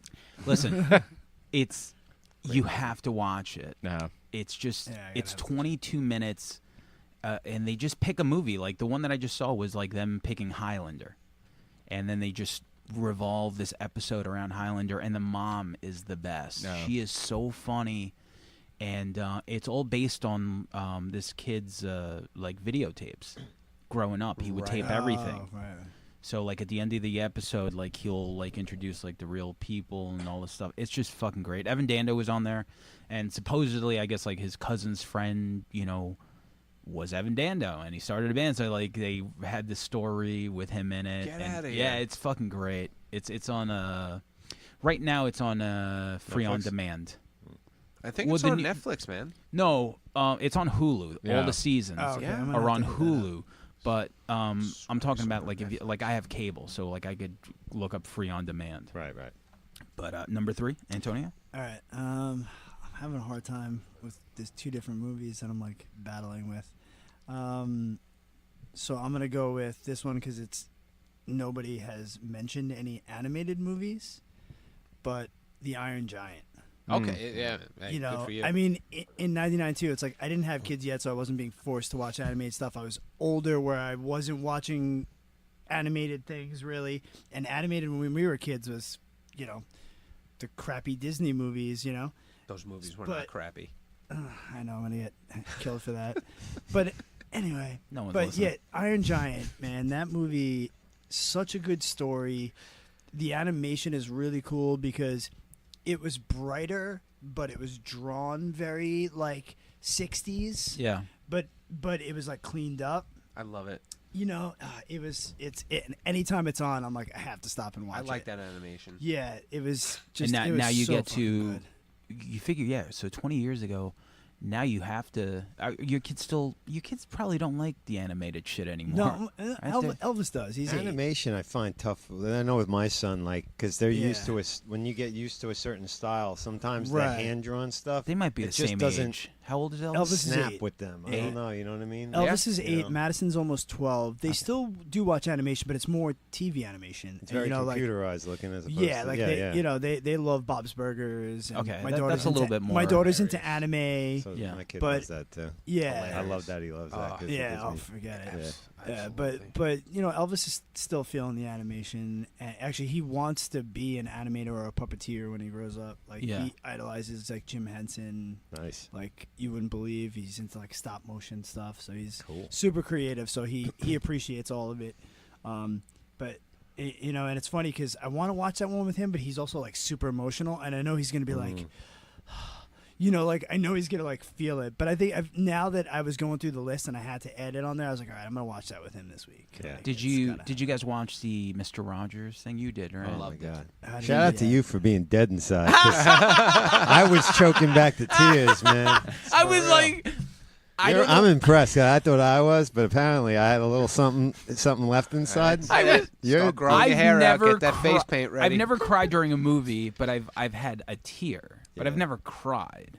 I was choked up, man. Yeah. It's at multiple points. Like, Now, what is it about the movie that you guys found? Did you watch it? I didn't yet, but my friend Kelly just watched it on an airplane coming back from Cuba, and she was like, "Yeah," and I was crying, and the guy next to me thought I was weird, and I was like, "All right, I have to watch this. I Yeah. know I need to." What did you like about it, Mike? I really do believe that he was a genuine, sincere, good human being to the core. Is it because he was wiping black people's feet with towels?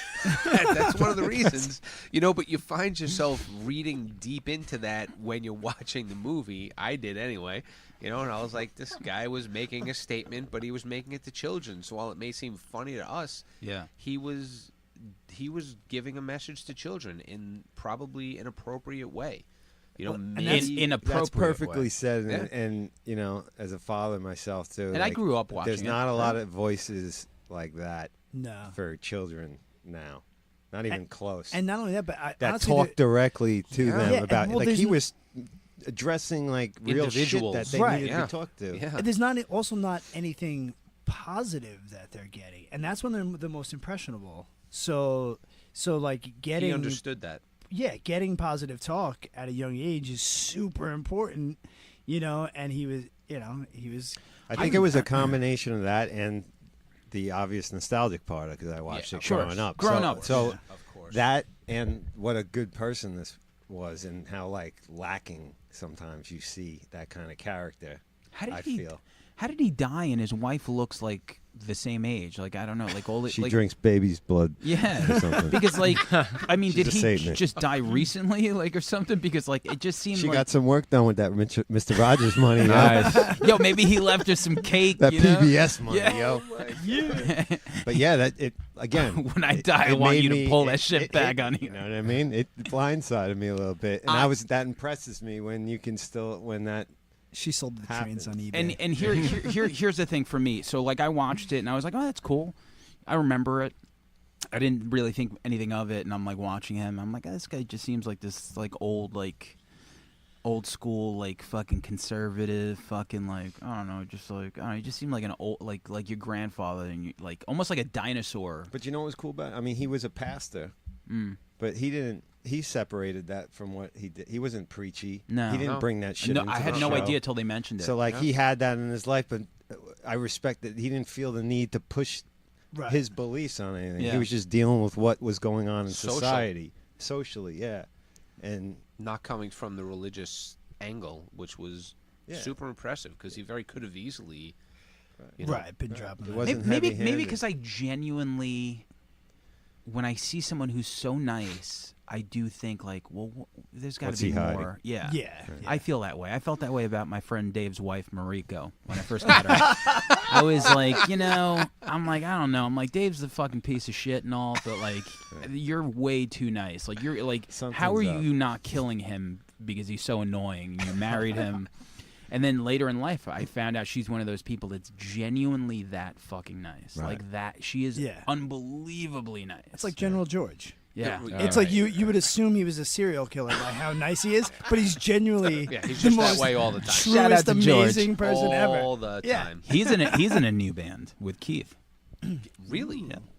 I don't know if I should. Who cares, right? you got it here first. Breaking news. Yeah, breaking news. Let me get my Kurt Loder on right now. Blitzer. So, number 3, Parker. So number 3, I saw at band practice. They rented it from Blockbuster and they put this fucking movie in, and the movie starts off and Ford it's just- Fairlane. No, yeah, I wish. And it's just stop and go traffic, and I'm just like, what the fuck is this? Like, this isn't funny or whatever. And then finally, they go over to this fucking white guy with glasses, and he just fucking starts rapping. Fucking, I got my pistol point cocked, ready to block shots as I see your monkey ass drop.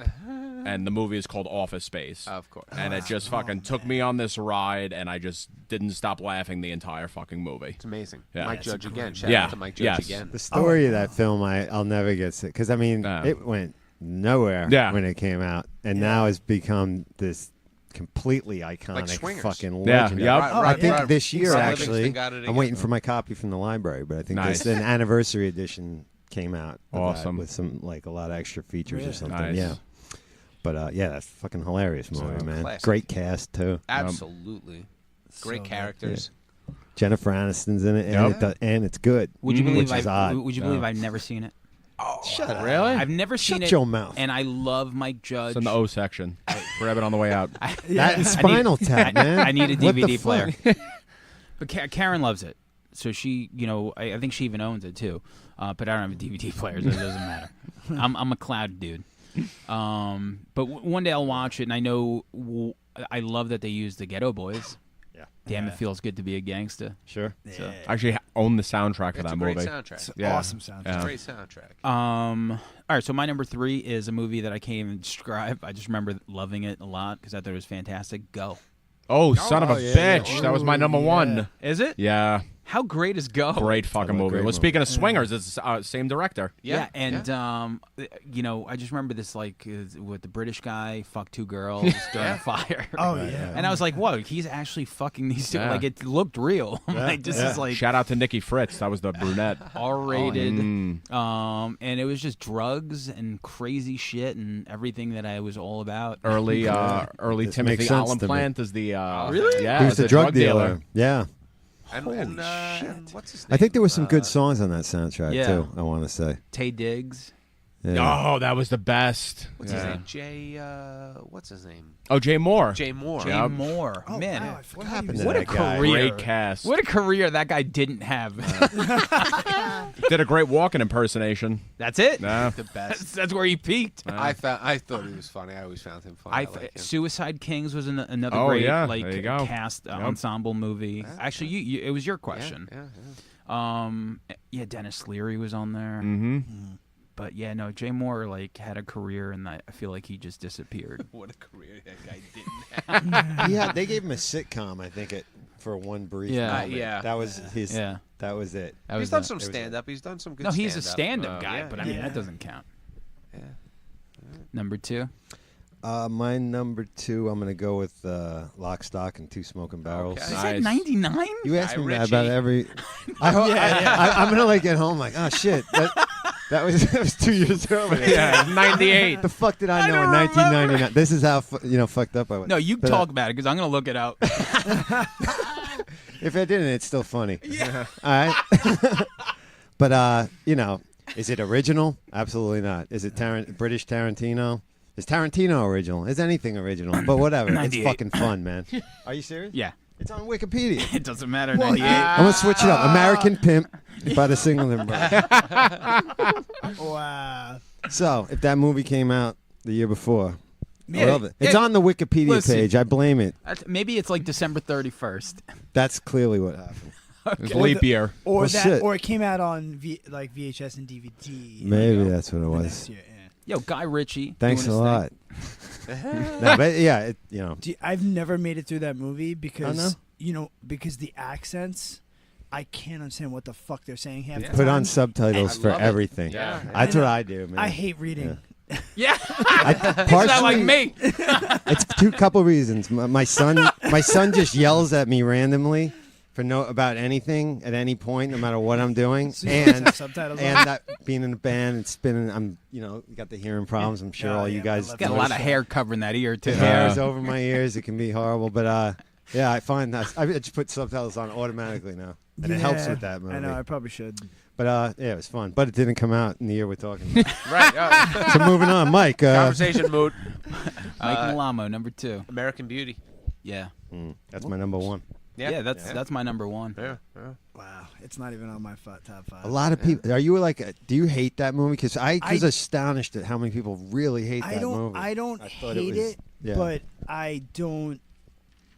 Was it I like- don't put it up there Yeah. like people do. I don't know. There's something about it that just doesn't do it for me. Okay. I thought the writing. You're Alan number Ball, one. Yeah. All right, so we'll talk about it when we get to it. Yeah, okay. So It's already mentioned. So, Fight Club. okay, You know, I mean, sure. iconic. So yeah. Okay. Park. Another fun one, The Faculty. Yeah, sure. That's your number 2. That's my number 2. Was that yeah. 99? That was 99. At least I think it was. Really? Wikipedia said it was 99. This show's falling apart. Well, don't trust Wiki. You gotta go to IMDb. I know. Fuck that. Fuck. Let's look. 98. Is it? Motherfucker. Yo, All right. Wikipedia needs to be pulled off. I just go to Look at Google. All right. Yeah, That's yeah. it. See, I did that, but like the same shit kept coming up, and I was trying to look. We're going to go deeper with than that. being John Malkovich then. Okay. Okay. All right. All right. Yeah, that was 99. Yeah, that was 99. Yeah. Where you checking yours? Maybe your shit's wrong, bro. No, Google. I go to Google. Fuck Google. Yeah. That's it. I go to the liberal leaning left machine Google. There you go. Deep state. So would you say being John? Being John Malkovich, yeah. I mean, Cusack. Cusack and Malkovich in the fucking same movie. I mean, what's her name looks like fucking hell. Oh my. You know, but you can't Cusack's have a you god. can't have everything. Cusack, like we talked about it. Like him, Cusack, Kurt Russell, and Bill Paxton have the 3 Oh, best that's great. filmographies. Like I'm thinking about driving down to DC to do the fuck high John fidelity. Cusack? No, they're doing To who? no, they're showing high fidelity. Then he does a Q&A. Oh, and, that's sick. and autograph Really? signing. Yeah, and the closest it's coming to New York is DC. I I'm saw like, that. I think I'm gonna go to DC. I think for I that. saw that I'd at go if they were Stony doing Brook TNA. for free or Hofstra for free or something. And it's funny. So the whole band went, and then 2 rows ahead of us, All Sons of Abraham stands up. Oh, that's So I was like, funny. wow, that's all right, cool. is that because you guys were still in competition? Even Might have been. You know, anything with Justin Beck. that's it, man. That's it. He's even printing T-shirts. Say, that's it. Like that motherfucker. But yeah, high fidelity is Fuck pretty much Parker. my life. So It like high fidelity. Just Oh, the please. ultimate between that.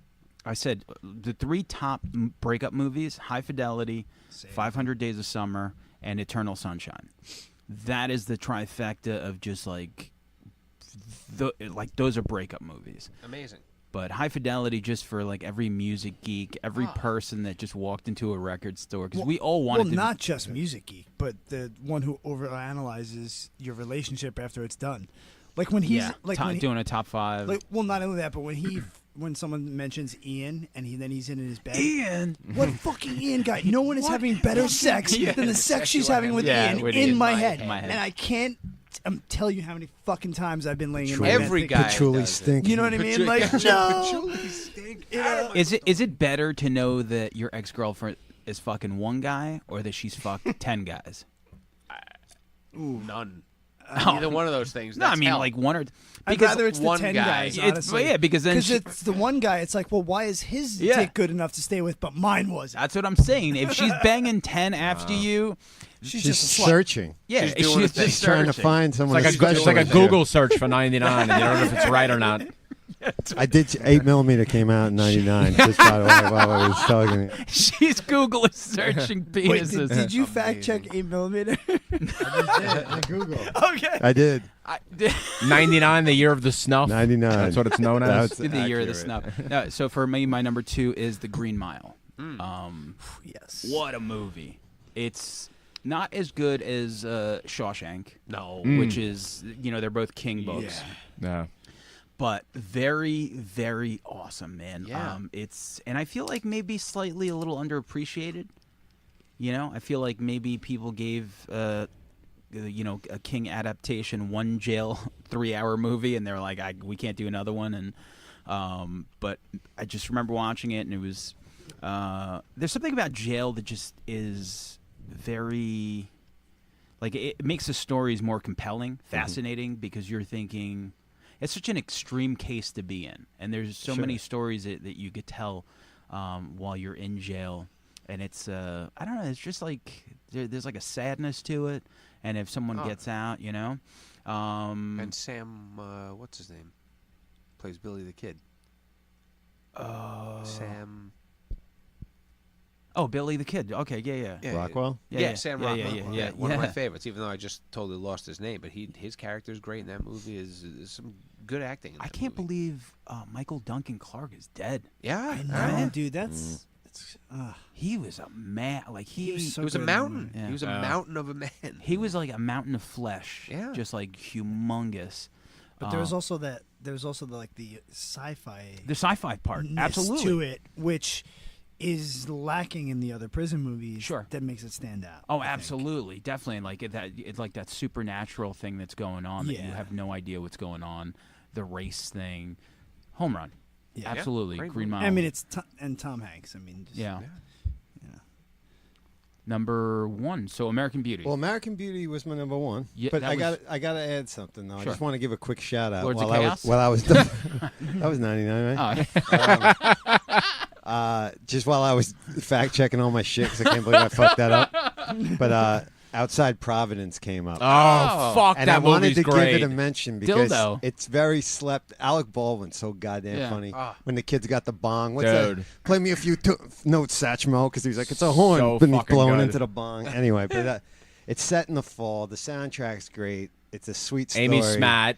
It's got great You know? comedy, but it's kind of a heavy story, too, Yeah. with the kid's mother that passed Yep. away.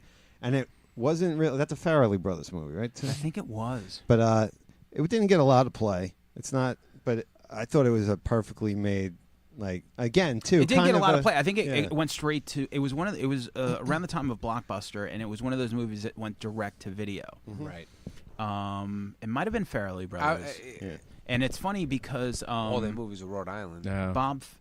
Bob, right? He wrote Green Book. The guy just won an Oscar. Oh shit. How bananas wow. is that? I might be wrong. Let's see about Farrelly Brothers. What is it? What does the brother think? Oh, it's 98. Oh, never mind. No, as far as who made it, I wanted to say it was this, but yeah, it's a nice, sweet, simple story. Yeah, you know what I mean. very Group of funny enough. friends Yeah, and Alec Baldwin. So I was wanted good to enough. shout that out. 'cause, But I the mean, opening what of else that can I say movie, about the American opening Beauty? line of that movie, the narration, he's like, when I was 8 years old, my brother and I were having a football catch.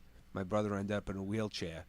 He fell off the roof. I think it's where the movie opens. good. It's, Sure. it's hilarious. I probably butchered that line. But Yeah, it's a good movie. You It's did. Very good worth a movie. revisit. Holds up too. You did great. Mike, your number 1 movie of 1999, 20 years ago, when your penis was bigger, Nice. your muscles were bigger. Your You know, band was bigger. Your band. all right, I'm out of here. Thank you. I actually tried to wear one of my inside shirts here tonight, and it just was Fucking not belly fitting. shirt. That was Yeah, very I was like, "Ugh, look at that. that was very good. Too much beer. That was very good. Number 1. The Insider. Oh, Who was that? And it's got the Russell- word I saw that in the inside it. theaters. That was Mann. good. Michael Yeah, Mann. that I was think good. I saw Russell that. Crowe. Al. I'm so bad with names right now. Al Pacino. Okay. Yeah. Never heard. Was that against the Christopher cigarette Plummer. companies? Yeah, it was, Yes. it was Yeah, I never saw about the big tobacco. Okay. You know, the whistleblower. It's an I mean, it's very Michael Mann. You know, Yeah. there's a lot of cinematography is great. There's a lot of intricate, intelligent conversation. Not a whole lot of action, if any. But I mean, it's an amazing portrayal of what this guy went through when he tried to take down Big Tobacco, breaking his confidentiality agreement, and they came after him hard You to try to think? silence Yeah. him. It's you know, Pacino plays Lowell Bergman, the producer of 60 Minutes. Christopher Plummer plays Mike Wallace, and they're trying to get this guy. But now all of a sudden, there's problems that they're suing him from this angle, and CBS could lose 60 Minutes if this happens. Like the legalities, the social commentary. It's really a jaw-dropping movie for me. Sure, sure. If you've never seen it, it's worth a watch. And Yeah, you've I gotta never check it smoked, out. right? Smoke cigarettes? Yeah. I smoked a little bit when I was like late teens, early Yeah. 20s, but that was yeah. You ever remember that Chris Rock bit where he was talking about how illegal a pack of cigarettes would be if a black guy invented it? Oh, with the bullets. Yeah. With Was the it? bullets? I don't remember. Yeah. He was just like He's like, if whatever fucking cigarette company, he's like, if fucking Marlboro was like Philip Morris. Philip Morris Yeah. was like, a family of black dudes in the South. He's like, you understand how illegal a pack of cigarettes would be? That's so good. So true. Antonio, All right, number one movie of mine- 1999. I'm gonna let you guys Or down. 98, I'm fuck gonna it. let you guys down Um, because mine is a dead fast tie. I'm gonna give you the reasoning. So, my number one is The Green Mile because I think it was the best movie that came out that year, and I adore that movie. But it's also sandwiched with The Boondock Saints, and for me, it's because I couldn't not say that was the number one because it's probably the movie I've watched most that came out in 1999. Like I said, we watched it every day. I've watched it a bunch of times since. I know every single word to the movie. So it was very tough for me to like really Sure. pull between those two. So it's like you've got like the what you really thought was the best film versus the film that you just continued to watch most. it is You always you can make that argument. That's what's hard about that is it's like, and like I said, my friend that I watched it with, passed away many years ago. So it's like I also have this strange emotional tie to the Boondock Saints. Sure. But yeah, I mean, The Green Mile was just one of those movies, like like we said. Yeah, it was about race. It was about, can a bad person turn good? Can we have this like belief in somebody that we shouldn't be believing Sure. in? And who's the hero? Like bad cops, good cop. I mean, again, still translates today. Yeah. So it's just super impactful. Like Very much, and just almost like when you think of like what a movie could be, like The Green Mile is it. It's Right. just fucking put together so well. yeah. It's what like just the imagination, the story, the execution. When you think of what cinema is, I think that Yeah. movie has everything. And where most of it was shot too. I mean, like very 1998. no, I mean, like you're not getting like in a lot of movies you're getting all these different backgrounds. They're in different places. They're here. No, this was very confined. Yeah. And you didn't feel like you were, it wasn't noticeable. But now you look back and you're like, oh wow, yeah, occasional scenes outside, but it's pretty much in the prison. Prison, or a yeah. quick little flashback in Makes the you prison. want to feel like you're in prison. Yeah. Give you the I mean, claustrophobic I feeling. never spent a lot of time in prison. Just some overnights in holding cell and central booking. Nice. That's You got the paper. No, what is it? Toilet paper pillow. oh, dude, that's the worst. That's when you do the Sleeping overnight. on a wooden yeah. bench. You got the little toilet paper roll. I know. Parker, number one. Number one was Go, but I'm gonna throw Blair Witch in there as an honorable mention. Okay. I mean, just from the found footage. I mean, nobody had seen that, pretty much up to that So point. leading up to that movie, because Yeah. I never saw it because I just didn't give a Yeah. shit. Like I went into it thinking that it was real. Yeah. Obviously it came out later that it wasn't. Did anyone do that, or is he the only lunatic that thought it was real? I don't know if I thought it was. I saw it at the Angelica. I remember. Sure. Like maybe the opening weekend of the second one, so the cat wasn't totally out of the bag. I didn't know what I was expecting, but it was a fun experience. It was like an event when Yeah. it first came out. It was something. Yeah. Now it's like something. It's hard to tell. Yeah. Oh, you never seen Blair Witch? You got to see it. Oh. It You know? awkwardly scared the shit out of you. Yeah. But like The last you didn't 10 know- minutes is fantastic. I mean, the Yeah. ending Yeah. still, like that last fucking scene when he's standing there, I was just Bruce like, Willis a ghost? yeah, and also like good for those dudes. They made that Fucking movie banged. with nothing. You Yeah, know? they amount of money Because that they it fucking was made. like aside like that was like the first one, right? Found footage wise, yeah. Yeah. Yeah. It definitely is the one that launched what we know found footage. I mean, Yeah, sure, you yeah, might be yeah. able to like find examples of it I previously. like Cannibal but Holocaust. It was like But even the Yeah. camera work, the whole like holding the camera up to you, running around, fuck it. I mean, as kids, who wasn't right under scared that girl's shitless nose, of the the dark boogers wood? Yeah. hanging out. yeah. You saw everything. Yeah, that movie. It's been 20 years and I still haven't seen it, so I'm holding out. You're not gonna like it now. No. It's gonna be like No. a pile of rocks Right, that they right. come You're across. like, that's every now not and then. horror. I you know do. who I am? I do have an interesting story about that though, because a couple weeks before that, I think it was either the History Channel or Discovery Channel. Somebody put out a documentary about the Blair Witch itself, and they made it a historical documentary that she sacrificed children on these rocks, and they lived in wherever it was, Virginia.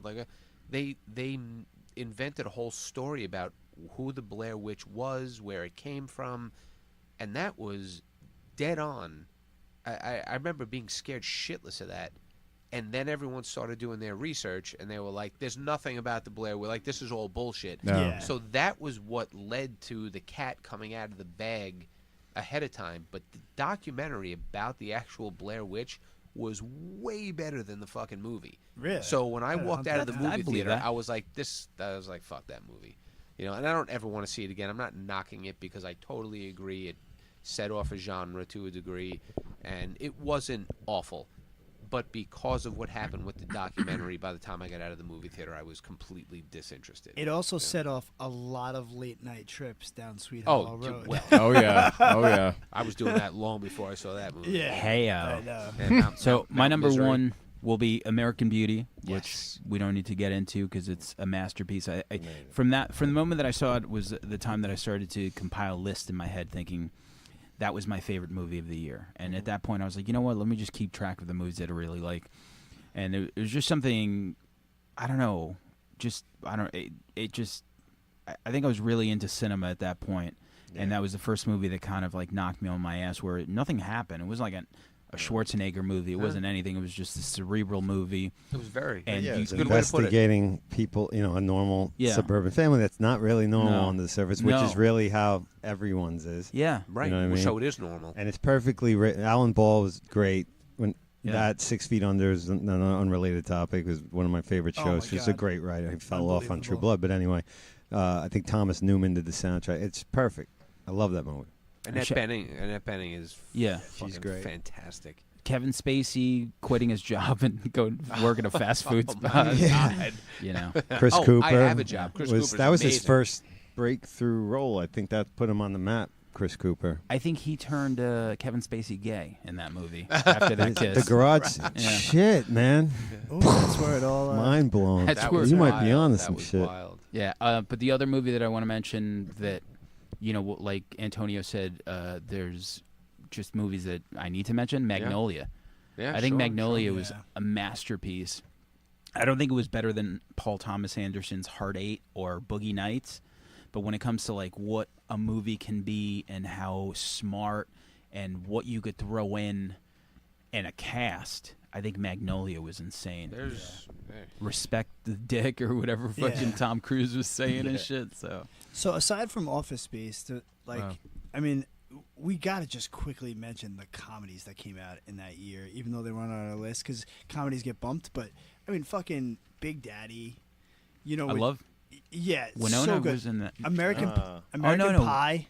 Yes. Yep. She was Like- in Mr. Deeds. Mr. Deeds. Yeah, it was so it was a great year for comedy. Like those like American Pie set off another Yep. comedy genre. It did. know, I like- think it peaked with the first. Yeah, it Well, what did. doesn't, You Yeah, know, that's true. And Sandler has his classics, but Big Daddy was, I think, his first movie that had like some solidity, like emotional. It's like your mom could watch it and be like, "Oh, that Yeah. poor kid," but it was still fucking hilarious before he got really bad. Yeah, yeah, he got bad, but I mean, like he Wedding Singer, Big Daddy. Yeah, There was a lot of shit there. Even like his buddy doing Grandma's Boy.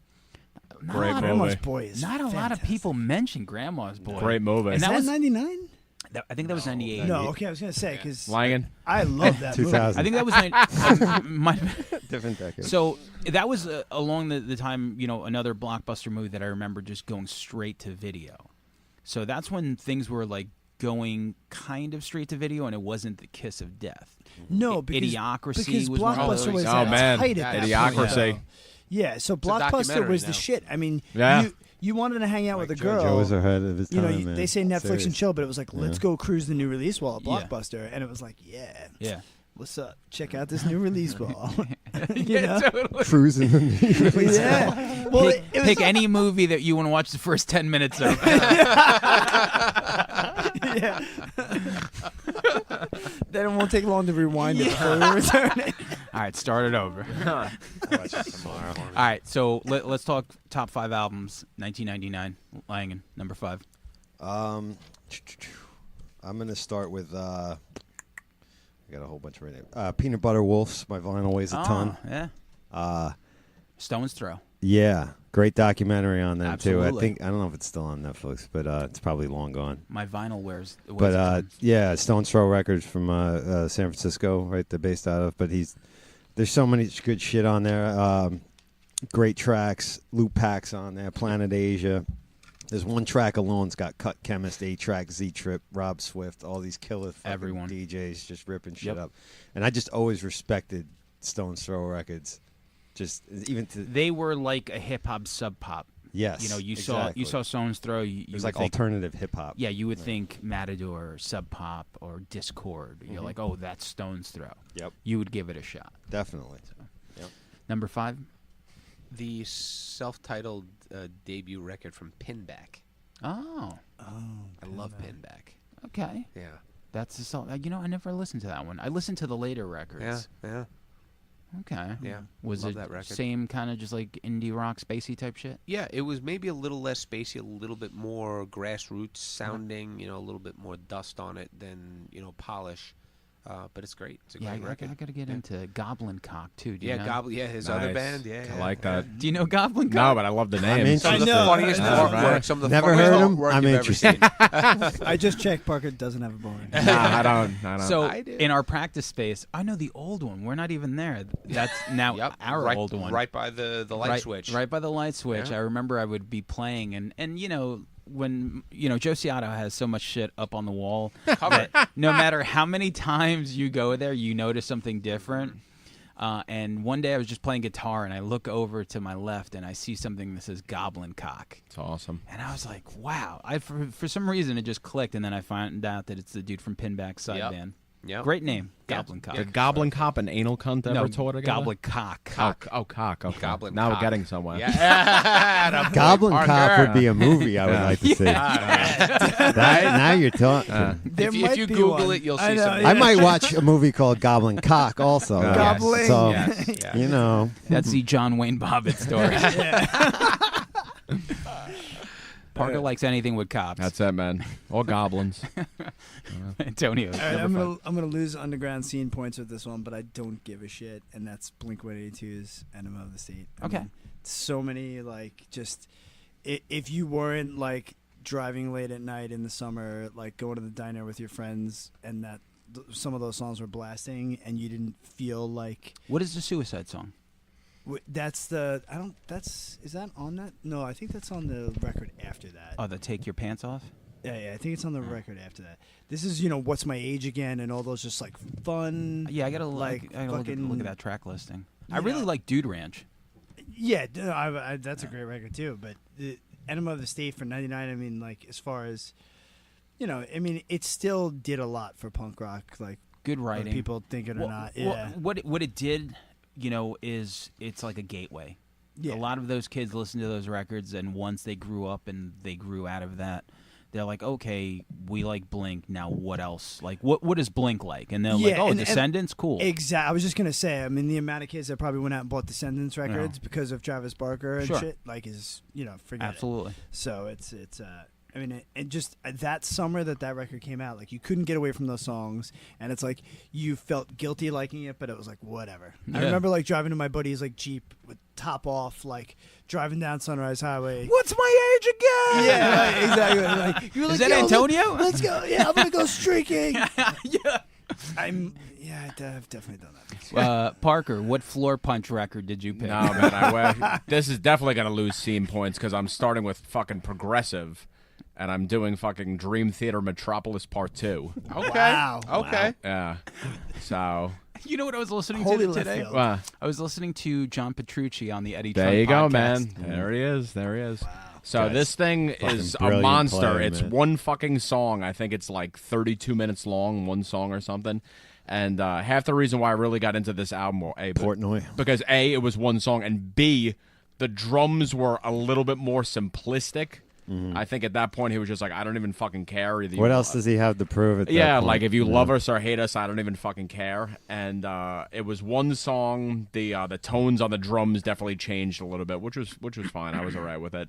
But yeah, 32-minute song, and that was the entire fucking album. So that's my number 5. Killer. My number 5 is Pedro the Lion, The Only Reason I Feel Secure. Yeah. I just recently covered I'm Always the One Who Calls. It's just a great record. Dave Bazan is just a really good songwriter. It's very mellow. They're one of those bands that I know whenever I put on, my girlfriend's just like, are you fucking kidding me right now? She's like, like, what is this? It's like, this is like too depressing. I can't listen to this. I don't look at it that way. Laying at number 4. My number 4 is Mobb Deep's Murder Music. Banger. Kind of slept on a little bit because that's The one right after Hell on Earth. right, which was infamous as legendary. Hell on Earth was fantastic, Yeah. and I think I don't know. I I didn't feel bailed like by then. this got as much play. No. I just happened. I was living above a nightclub for like a year, and and I had this album on 24/7. Quiet Storm. Quiet Storm was a huge fucking banger, man. Yeah. That and the one with the Little Kim remix, the track with Cormega. Yeah, of course. Cool G Raps on there. Big Noid's got there. The track Where You From with 8 Balls, one of my favorite Mobb Deep songs ever. I just again, when you listen to Mobb Deep, if you don't want to fucking rob somebody, That's what I always say the same thing. I'm like, Yeah. you put Not that on I any said- Mobb Deep song, you don't feel like robbing like, someone. you don't even realize it. Like, Yeah. I'm not a violent Me fella neither, or but I a like- I criminal. want- but I I'm want a like, God, I don't pistol know whip. what the fuck. You know what I'm saying? I never wanted to pistol whip people more than when I. I don't listen even to have the- a pistol. Yeah, know I what need I'm to saying? borrow one. But I think it's an underrated Mobb Deep album. Number But, 4, yeah. Malama. Between the Bridges by Sloan. Okay. You ever hear the band Sloan? Yes, of Yeah, course. Yeah. Yeah. They got a really nice 60s, 70s thing going on, and that was, had a very 70s feel, that record. Not arena rock, but almost like, I don't know, maybe like a Alan Parsons project type Sure. of a vibe to it, maybe a little less hokey. But they're a great band. It was a great record. I still listen to it to this day, and Do you think some of the Star Harbor songs sound like that? yeah, maybe. Yeah. We do have one song on there that's like 3.5 minutes of just jam. Yeah. So we're gonna expand that on the next record, Okay. assuming there's gonna be one. Lose the fan base. Lose I'm the fan base. going- I'm cutting- Yeah, cutting But the don't whole lose the chord fanny right pack. Never lose the fanny pack. First of all, never start with the fanny pack. Ah. Then you'll never have to lose it. Hey, Antonio, number. What are we up to? 4. 4. Saves the day through being cool. I know some people don't like that band. It's my favorite record of theirs. I would say I'm not a huge fan, but it was one of those amazing albums to listen to while you were driving on tour. That's their crucial album. People say. I mean, that's the Yeah, one. it's just it was so catchy, and especially on Long Island, there was a lot of people didn't like Saves the Day because they stole a member of the Strider. Remember that whole Eben. debacle? Yeah. So, and I was like, oh yeah, but these songs are so catchy. And when I'm driving through Arizona, and it's like, and I want to stay awake in the middle of the night, it's like. I do the same. When I want to Good stay album just awake. put on. It's like it kicks in. It's very fast paced. It's fun. It's Yeah. When I stay awake, when I want to stay awake, like if I'm driving home at like 2 or 3 in the morning from wherever show, like I got to put on something that I'm going to sing along to, and I fucking sing loud. oh, what's scary is my Mayhem. my singing record on most tours. People hated me for, and it was Madonna's Immaculate Collection. 'Cause That's if you great can't- fucking album. If you can't sing to that record, you're not human. We just went to Sing Sing for my birthday, like last week, and we did Like a Prayer. Oh. And you never remember until you sing in this shit, and you're like, man, this is a banger. Oh, Fucking yeah. banger. Right Madonna's here. got some incredible songs. Jonathan Sugarfoot Moffat on that ass. Is he in the drum Yeah, text? no, I wish, man. Fucking only Why don't you wish. add him? Probably fucking still talk about fucking tuna fish and turkey sandwiches. Anyway. Sugarfoot. Yo, Chris Nolte, Ed Love that. Sugarfoot. All right, number 4, Parker. All right, number 4. This fucking band live. Now we're getting into the fucking good shit. Live? This band live. No, that was fucking like, what was that? Like 02? I don't even know.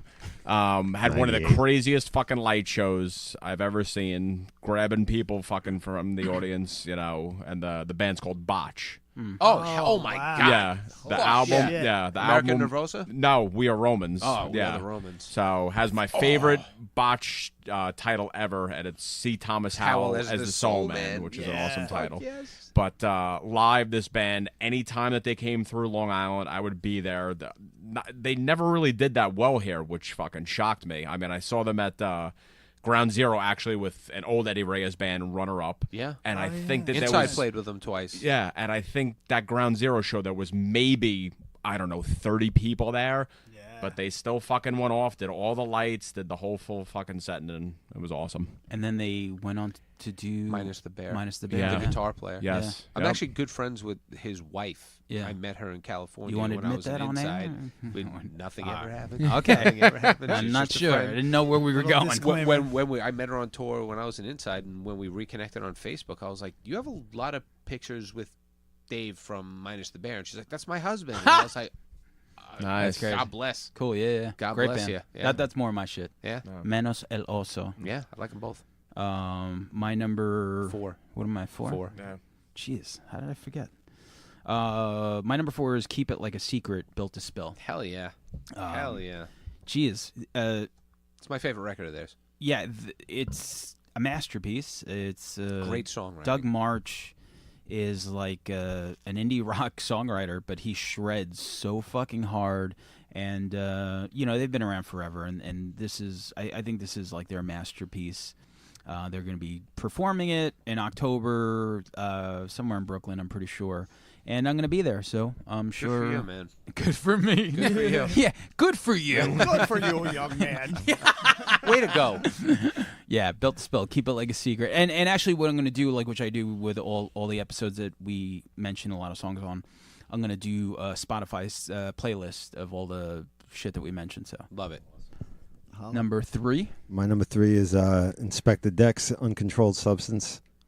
He's my favorite Wu-Tang member, always was. Love his Chris references. Nolte. Sorry. There That's you all go. Say.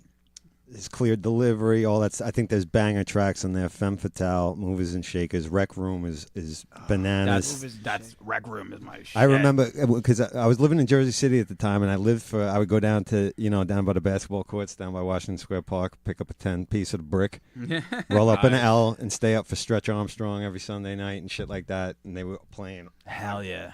I still had them on cassette. The ODB deck would all come in there, and they would always. Stretch Armstrong was using the Rec Room beat, like everybody's freestyle Yeah. at the time. I was like, oh my God, what is that? When I found it was on this record. Yep. And it's I know there was he had a fire or something like that and lost some tracks. Yes. Was there some story like that? Yeah, so some all the people feel beats. it's incomplete, and there Yes. is some filler on it. Don't get me wrong, but show me a Wu-Tang album besides like Liquid Swords and a couple others that doesn't have some filler. Sure. But where it hits, it's It home hits. runs. Yeah. But so Yeah, it's that's a good my- one. I was really, we as fans, we were waiting for that Deck record for so long, for real. and he was like the second to last one to put one out. He was coming out on everybody's shit, dropping like Yeah. the killer guest verses and shit, Yeah. but never we wanted that whole record. which to is itself. which is why I'm glad he found Czarface, and now he gets to Oh, I love continuously that make Czarface records. shit, man. That new one too. Very Fire. good. The beats on that. Lit as number- fuck, Ron Grimaldi, right? Yeah. Shout out to Ron and the word lit. We're allowed to say that He for was- hip hop a reference. Oh yeah, no, we I got are. to pass on that. Yeah, because I was like, yo, that Maiden song's a banger. He's like, you can't say Iron Maiden and banger. The look on his, the disappointment on his face. I still see it. It wakes me up at night. Oh, look. Go ahead. Sorry. Llama 3. Blue by Third Eye Blind. Oh yes. I love that record, man. So good. Just Great songwriter. Super rock. Just crazy. I mean, there's a lot of heavy, hard rock and shit on there. It's amazing production. He's a great songwriter. Banged Shirley's Theron, which is good for very him. nice in her Is it prime. Blue, BLUE Yeah. or EW? No, no, right. UE. I always said that. And Yeah. to bring it back to Jimmy Eat World, they're doing a tour. Yeah, You're gonna going. bring your son to. Yeah, going. Yeah, I'm going. Yeah, so it's Rah Rah I'll be there. Riot, which I love. I love them. Jimmy Eat World and And Third Eye Blind. Yeah, that's gonna be good Nice. times at Psyched. Jones Beach, man. Yeah. You're bringing your son, right? Bring His my, first show. son. Good for and you. actually, no, see his you there. first show was Butch Walker, and Butch Walker Okay. actually brought him on stage. Nice. My daughter's also going with her mom because she's into Jimmy Eat World too. So it's crazy to see my little ones. That's awesome. now, I'm yeah. dying to take my kid to his first show. That's To great. his Trying to first pick the Jimmy Eat perfect- Burger show. That'd be great. Well, I was gonna take him to that food truck fest, the Oh. Black Label Society thing, Sweet. and it just didn't happen and stuff. But I was like, it'd be perfect, you know. It's a Yeah. festival and fucking, Food truck. you know, it's Yeah. And the perfect. food trucks, yeah. Hold Yeah. out for like Burzum or somebody. Yeah, probably not gonna. It's probably gonna be. It'll probably be Black Label Society because it's free. Yeah. Yeah. It's free tickets. Stage potato. Anyway, Stage potato. I'll teach 'em all Antonio, about it. number three. Three. Yeah, Hot Water Music No Division, which they are playing in its entirety in Brooklyn in a couple months. They're doing their April anniversary 26th. tour. Yeah, so I'll be going to that faux show. Actually, have an extra ticket. If anyone needs one, hit me up in that DM. Yeah. Nice. But Slide yeah, into and, his DMs. and that. But yeah, Hot Water Again. Music is one of my favorite bands, and That record came out in '99. that record came out in '99. No Division. Uh-oh. Look that shit up. You might have fucked up And like me. it's tough too because it's like, you know, back to back with Caution, which is usually everyone's favorite Hot Water Music record, but No Division Not is the so real good. fans. No Division is the one. That's my jam. There's so many there's so many good tracks, and there's Walter Schreifels produced it. Yeah, it was on Walter's label. You know, much like Aerotype 11 had an EP on that Yep. label that year also. The Crank EP, which I wanted to give an honorable mention to since it's on the same label and they're friends. Aerotype 11 is actually going to play that show That's right. with them because of that, and Iron Cheek. So Yep. that's going to be a fun Friday night in Brooklyn. Nice. There you go. Parker, number three. Number three, my Floor Punch. No, my one and only fucking Christian band that I put on there, Ah. and it was a band called Zayo. Zayo, I knew Yeah. it. Yeah. So, Liberate ex inferis, which means, what the fuck does it mean? Save yourself from hell. Yeah.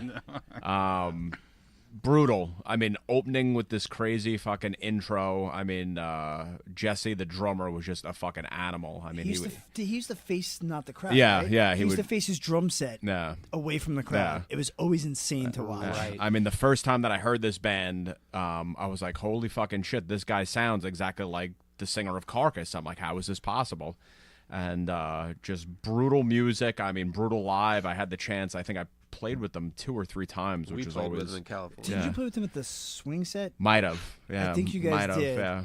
When the kid went through the window. Yeah. Yes. Oh no, that was at the church. Oh, that was the That Unitarian was the church. Unitarian Yes, church. yes. Oh, and wasn't it wasn't it Sarah Seeger's ass went through the window in that Maybe. show? Maybe. Because she I was don't standing know. on a chair. Yeah. And everyone hit into them. And I just remember, boom. Yeah. Yeah. that was R.I.P. crazy. ass. Yeah.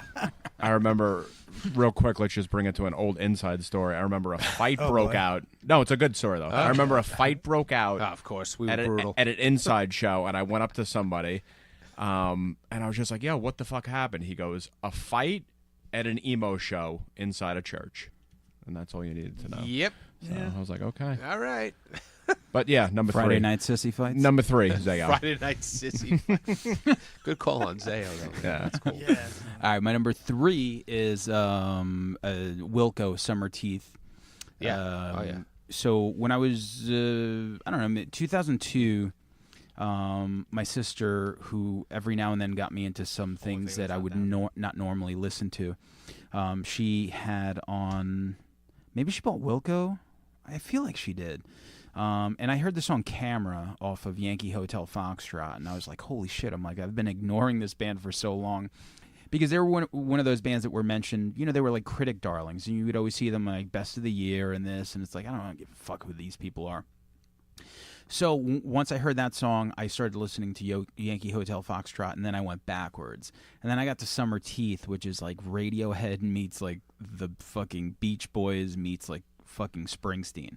It's just Amazing. like fucking amazing songwriting. The production is bananas. One of the best records, probably my favorite Wilco record, which is a very big statement, but I think it's definitely my favorite because it's just the songwriting is just insane. It's so good, so smart, so talented, and one of the best live bands I've ever seen. So My number 2, Mos Def, Black on Both Sides. Fat Booty. That's such a great song. Yeah. But I mean, it's such a versatile record. It's hard to even just not. You can't just call it a hip hop record. You know, Like it's, Umi says. I love that. That's one of my favorite songs. Great like, song, catchy. period. Yeah, you yeah. know what I mean? Like that. Rock and roll. He just expands. He's so versatile. That dude, man, crazy talented, and the music's all over the place. The beats are amazing. I remember a live show that was. I can't remember where I saw it around then. I think he was using. I think he had the Bad Brains as his backing band at one point. I believe Wow. Dr. Yeah, No and all those guys were Wow. playing Yeah. with him. Uh-huh. And I was like, wow, you know, but like fearless, you know, and then like a kind of way Outkast would, you know, not He- by the conventional trappings of hip hop, and really, He had a rock band called Black Jack Johnson. And they were supposed to make a record, and it never happened. I remember you know, around that time, maybe like 2002. They might have even done an episode of the HBO show Reverb. Oh, sure. Oh, So wow, yeah. Reverb had some cool shit. That was Yeah. like Oh, I saw really like cool. Weezer, Guided by Voices, Mos Def, really fun stuff. So yeah, amazing record. Still holds up too. Brilliant. He's I wish def- he put out more. I wish he was a little more prolific because it seemed like, you know, I think he's just, you know, doing whatever the fuck he's doing his Yeah. thing, but I wanted more music. Sure, you know sure. what I mean? But he's doing everything. Yeah. That Yeah, guy's he's fucking definitely the talented. epitome of an artist. Yeah, brilliant Like, dude. and All right. just really paints it. Malamo number 2.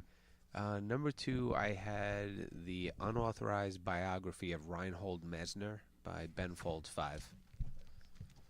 Yeah, that was their second full length. Second full length. Yeah, yeah. Never got into them Yeah. until I started dating Karen. She loves them. She made me. Yeah. We went to go see Ben Folds at the Space in Westbury. My sister was there. And I realized like he's a great songwriter. Yeah. Great melodies. Great. Great fucking piano player. That album, have you ever listened to that record? The I'm second sure I one? have. Yeah, I've it's- listened to all of them and then the solo records. It's an amazing record. Yeah, Yeah. that's number, 2. Number 2. Number dos is without. You and I have the same number 2 for sure. Number 2 and 1. Yeah, I'm pretty sure we do. It's the Get Up Kids, something to write home about. Yeah. Is it my favorite Get Up Kids record? I don't think so, but I mean, it's a phenomenal record to none boot. I mean, I have a tattoo from it on my leg. My picture is actually in the liner notes. If you look on the inside folder of the CD, the top left-hand corner is me standing behind the drummer with a video camera at Coney Island High, recording it for Dubin so he could take pictures. He was like, Shout "Can you out to run the Dubin. video camera?" I was like, Fucking "All right, Dubin. dude." And it wasn't. Dubin always gave everyone a job. Yeah, exactly. So it was like when the poster came out to promote it, you could see it, and in the vinyl record, you can't. In the CD, it's like maybe that's Antonio, But, you know. Yeah. So, but that album just beginning to end. I mean, Beginning to end, sure. And it's one of those bands that it's funny how hardcore audiences embrace them. Oh, yeah. Even though Yeah. they weren't like they sounded nothing like a hardcore band. no, Sure. and yeah, it's hard to find. I don't think I'm friends with anyone that has ever said to me they hate the Get Up Kids. Yeah. There's people that might be Parker. like, it's not my cup of tea. It's not that I don't hate them. They're Sarah just- Parker? Yeah, they're just. Well, that's what I'm saying. You Yeah. could say it's not a band They're for just you, there. but Yeah. nobody's like, oh, I hate that. You played with them at Deja. A couple of times Yeah. we played with Well, them. we had- the show you announced you were breaking up, Yeah, they played. right. Adam and his package. Yeah, right. Yeah. He was on that too, right? That's Now it's right. Malamo in his package. Yeah, we had Matt Full Pryor circle. on like episode 7 or something. Right, right. So Yeah. we talked to him. I remember That was Blaine your first can go. remote spot. Yeah, we AMH. we did it at AMH, Yeah. and it's funny because we didn't know how to podcast. We were just like trying to figure shit out. Some say we don't really know Yeah. now. So Dave and I were like, yo, let's set, my bass player Dave, we're like, let's set the fucking table up on stage. And we were like, cool. Yeah, it's going to look so cool. So we set everything up, right? Remember that? Yep. We put everything up on stage, and we are like, we're going to do the podcast right up on this stage. So it was Matt Pryor and Dan Andriano from Alkaline Trio. And Dan walks in. He's like, what's going on stage?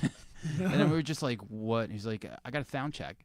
And I was just like, oh, shit, of course. What were we thinking? Like, it's like, we're like in the middle They of didn't the show. readjust their schedule for us. Didn't they know we were So going? we had to move. We were just like jerk offs. Had no idea. We're like, we're gonna do it on the stage, and it's like, asshole, the show's going on, motherfucker. Like people are So sound funny. checking. Show first, podcast second. Yeah. Sorry for my bad Dan Andriano lisp thing. I can't do it. So Did number he two, also sound like he was holding his nose? yeah, Parker. I think Parker asked him one question. I don't even know if I asked him. I think was, you stared at him. I was wearing a Coalesce shirt, and then Oh, man. and then he looks at me. He's like, "Man," he's like, "You're really quiet." And I was just like, "Yes." Kind of backed off the mic, and he's like, "Is that a Coalesce shirt?" And I was like, "Yes." And he's like, "That's cool." And that was like the end of it. That was it. That was the end of it. I So edited funny. it right out. Yeah. Yeah. So Parker, number 2, what floor punch record? Did No, you pick? man. So number 2 is one of those bands like a Metallica or a Slayer that just the entire catalog from beginning to end I love. Funny enough, though, since this did come out in this year, it's actually my least favorite from this band. But they had to put this out first to change their style, and the name of the band is called Cave In. Cave In. And it's Creative Eclipses. So it was a 5-song CD that came out, and the first song was called Luminous, and that was the first song that started that whole, failure-ish space rock that, they changed into Jupiter. They were on that album's on my top 10. Yeah. Not in the top and 5. But in the and top they do 10. the 5 songs, and they ended it with a failure cover for Magnified. What a better way to end it. So, I mean, that's actually my least favorite Cave-In album, but they had to put that out to transition into, Jupiter and everything else. Which after is that. more my flavor of Cave. Yeah. Yeah, I kind of I love that one, but Yeah. I kind of left it off because I'm like, do EPs count? Yeah. Because like we were saying, like Parker has no Shame. No. He It was either Yeah. that or Seven Dust, man. So I went Cave-In. So. I feel if you. there's a I rule, played a show at 7. There you go. Say. he has no regard for any podcast rules. Nah, fuck Yeah. that shit. Hilarious. Hilarious. All right, my number 2 is probably their number 1. So my number 2 is Jim Eat World's Clarity. This record, I think Static Prevails is amazing. It's fucking amazing. Fucking Robot Factory, like so many great songs Oh, I on know. there. The only record I don't like is that first weird self-titled one, but then they had a really amazing streak. But for Clarity, like Table for Glasses, Crush, For me, fucking- this is heaven. yeah, it's just like it's just- banger after On a Sunday? Yeah, on a Sunday. It's dude, just so goddamn. heart- Fucking wrenching. xylophone, like in the beginning of it, like boom, boom, boom. I'm boom. like, you're like, how- yay. You're listening to these melodies and Yeah. these guitar And parts. the rhythms. Yeah. The rhythms on it. Think of On a Sunday and Goodbye Sky Harbor, just that driving Yeah. rhythm that never relents. I No. can listen to that all day. It's all day. well, you Dude, you'll, you know what? you can know bring what it I up. don't know about it. Though? Who on your produced number that record? Good- Because I mean, it's a even great the question. mix is the guitar fucking player for Floor fantastic. Punch. Nice. Fucking Jersey represent. No, it was Justin Beck. No, Beck did Antarabe. That I know for a fact. Yeah, man. Number 2, Clarity, Crush. I mean, I remember doing recently. Well, not recently, like the last few years. Some friends of mine, we wanted to do a Jimmy Eat World cover set, and we did that for a few years, and it was a lot of fun to just play these songs. So cool. Man, Jimmy Eat World, Clarity, my number 2. So that's number 1 for you. My number 1. Well, first, before I do my number 1, just want a quick shout out to something that didn't make the list. The DJ Shadow and Cut Chemist Brain Freeze mix. It's all over YouTube. I'll post clips of it later. It's not very popular, obviously, but it's amazing.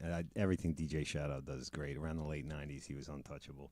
And the the Sugar Fragger Show CDs 2, 3, and 4 came out that year, which is the Invisible Scratch Pickles. I don't know if any of you guys know, but I think DJ Kubert's the greatest scratch DJ in history.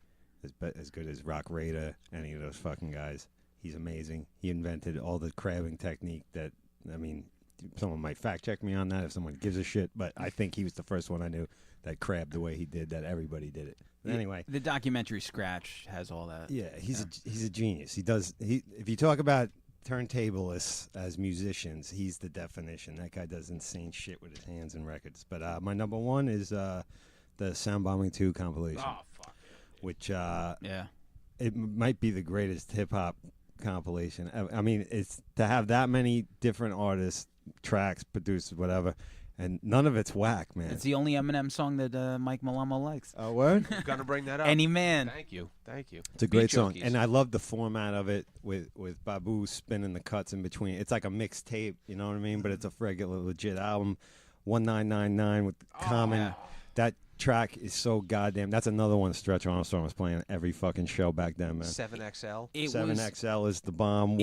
Crosstown Beat. World War Crosstown III. Beat. The Pharoah song is Yeah. ridiculous. Oh my god. Most Def, Medina Green, Company Flow, R.A. the Rugged Man. Patriots, Who the yeah. fuck's not? I don't even don't know. know There's not a those. weak spot on No? it for me. So And, yeah, because R.A.'s on there with Stanley He don't like Kubrick. that track, He doesn't right? like that track. I love it. But he like, man, when we first listened to that shit, I'm like, yo, he's shouting out Stony Brook, Port Jeff, Word. and all this other shit. I'm like, man, this Gordon Heights. I'm like, that's fucking awesome. Yeah. Great compilation, and Raucous was the top of like underground hip hop for No like doubt. a few, like what Def Jux did Mm-hmm. after, like Raucous, just like they brought it to there. Like the ending of Raucous like brought along the Def Jux era, and Mm-hmm. Sound Bombing 2 was the best out of the 3 Sound Bombing compilations No for question. sure. I played the shit out of it. Yep. It was like in my play, legit, like not coming out. You for- guys get ready to jerk off over this Spotify playlist. So, Unfortunately, In between- that is not on Spotify. I'll figure it out. Which actually, yeah, I've been that's one of going those through things. reorganize on a sudden, not to drone on and on, but no. Well, now you're turn the getting 2 floor Zayo over. songs. But like I've been going through my whole MP3 collection, which Yeah. is massive. You know what I mean? And looking for those albums that never made it to the streaming world and Yeah. rediscovering some of those records. Well, you we're know? talking about De La Soul. Yeah. Yeah, Did you see? perfect Did you see that? They're that- working yeah, on. yeah, I yeah. saw you post. Yeah. Did you post that? Against, Yeah. Tommy Yeah, Boy. that's awesome. Well, I looked, and what happened was because once you start doing the Apple Music, the Spotify world, you're like, where the fuck are all these De La Soul records? And it was just that contract dispute. And sample clearing too, right? Wasn't there some shit with that? sample stuff too, but it's also Tommy Boy. Even once they clear it, supposedly they're doing like a 90% to 10 Yeah, the split. splits. Like they're just Booty. not happy. But Tommy ain't my motherfucking that's boy. right. That's Tommy right. ain't my motherfucking boy. But still, just to get the music out there, I'm sure that they'll be happy because it helps the younger generation discover De La Soul, and then from Sure. there, once they start, because they have a record coming out with Pete Rock, Yep. and another one coming out with DJ Premier. Like that's all you have to say. That's Yeah. it. Please. Say no more, fam. Yeah, legends. Number 1, Mike Malamo. Clarity. Same Yeah. with you, right? Yeah, the Clarity. What's your favorite song on there, Mike? It better be the right answer. 'cause I'll I know. Shut this mic off right now. I would say either Goodbye Sky Harbor or On a Sunday. Okay. So, it's my favorite record. I also have lyrics from it tattooed on my wrist. For what song? So, feelings change so fast. Safety scares them away. Okay. And if I could have fit the next line, I can't bring myself to say it. It's my own advice I need is like, one of those things that I've applied to my life so many times. Like I said, I can't stop listening to that album. And then an honorable mention, because I didn't add EPs on this, is At the Drive-In Via. Love it.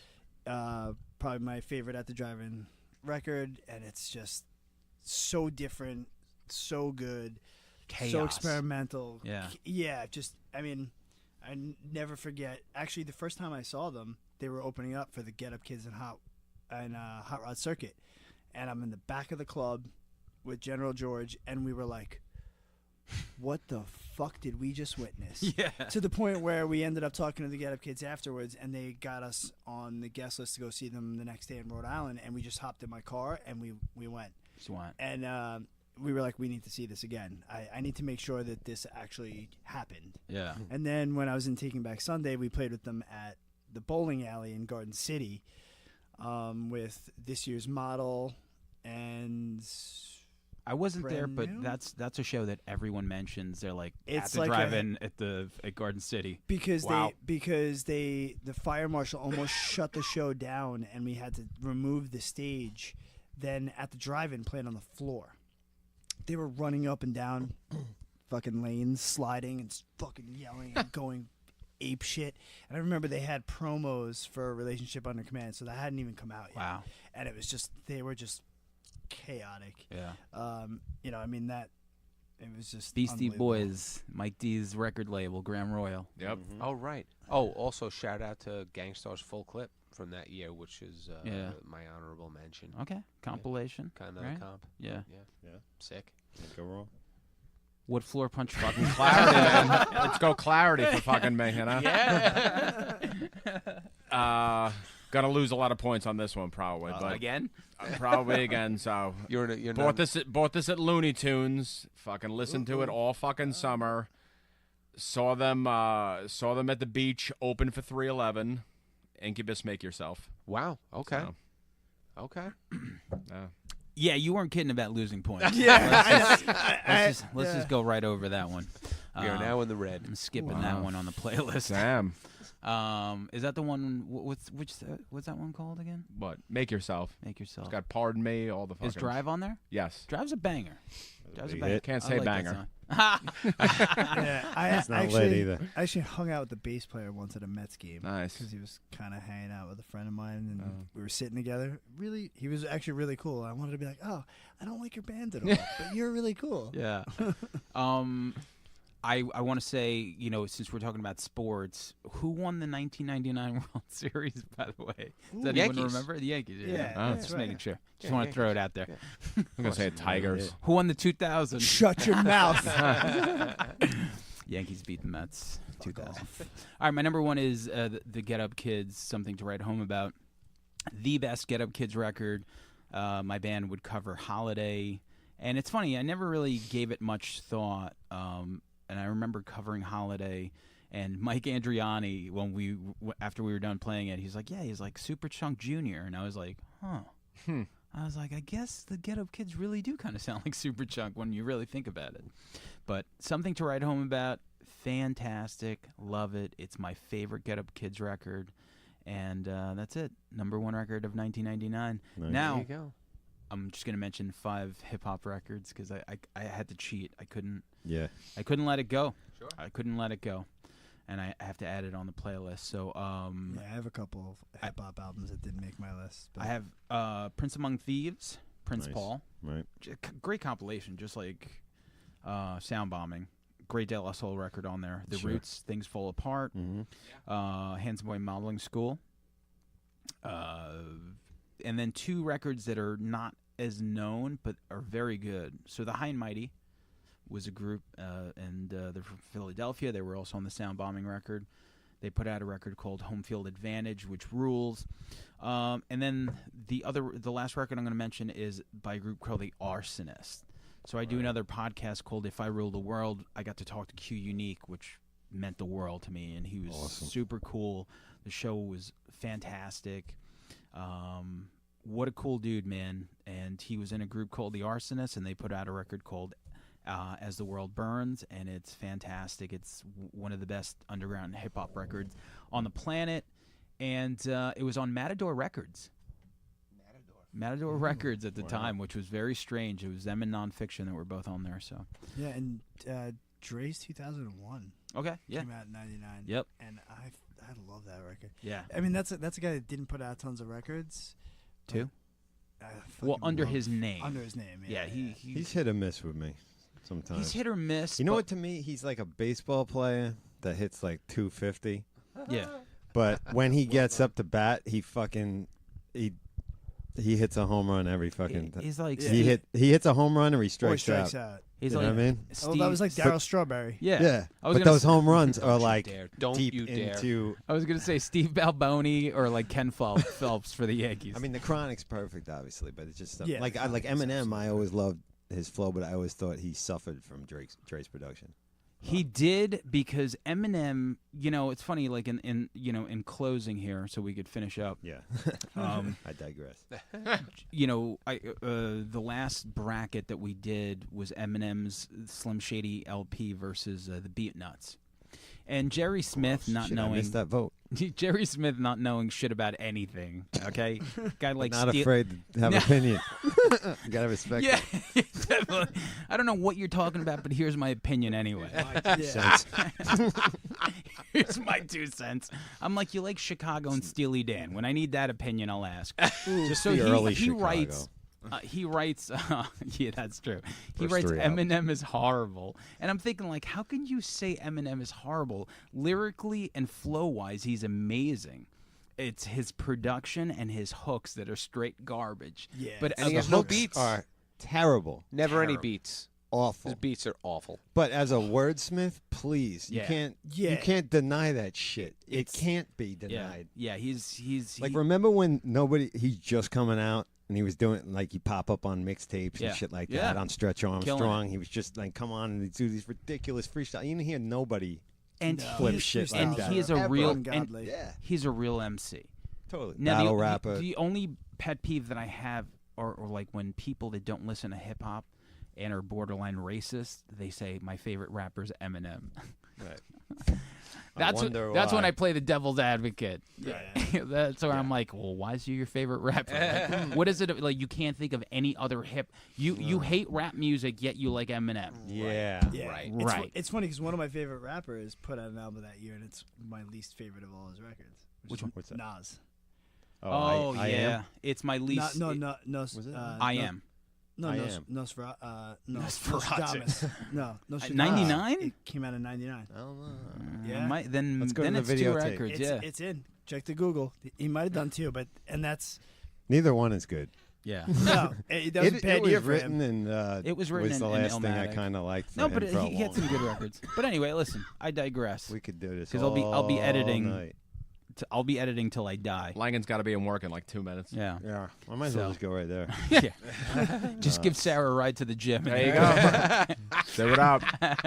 The other day, Parker's wife is like, I was fucking, was she right? That she saw somebody like rollerblading or something? Oh yeah, like People still do 345 that? or something. Yeah, Hey, that was just- 1999. Or is it? Yeah. But look up I Am when that came out.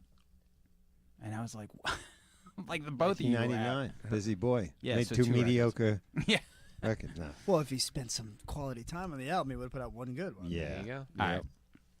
That's it. all So good. this was our revisiting of 1999. This was our bullshitting in the beginning. Sure. I will edit the shit out of this, and that's it. This is our episode for the month of February because it seems that that's what we do. Yeah, We you got know. it in. Snuck it in. Got it in at the wire. You gotta leave Yeah. motherfuckers wanting Yeah, more. that's it. And you You know know? what? You got a two That's plus what we hour do. fucking episode there. Yeah. It's like a But- box Yeah, set. we didn't come in here and half step this shit. No. This is a full proper show. This episode goes out to Davey Bright out Word. in the UK. Oh, David Bright's the man. We Love gave him. you all a lot of homework. That's Listening, right. shit. Cool. Yeah. Yo, Mike Malamo. Sorry about getting the year wrong in that movie too. I just fucked everything Nah, up. fuck it. Mike I'm usually Malamo. really good about that. Mike Malamo, thanks for coming for Yes. Good to be here again. number 5. Never gets Antonio, old. thanks for coming. Antonio Oh, yeah. Luongo. Shout out. Shout out. Luongo. Me and Keith Next were time like, you come, I feel like we gotta get you like a gold watch, Trophy or like some a shit. smoking jacket Ah, with your I'm number glad I on finally there. made it or. on. Either I've been or. asking this guy. Presidential suite. Yeah, anything. cool. So we'll check out the music that you guys do and all that other shit. And that's Word. it. Goodbye. Cheers. Peace.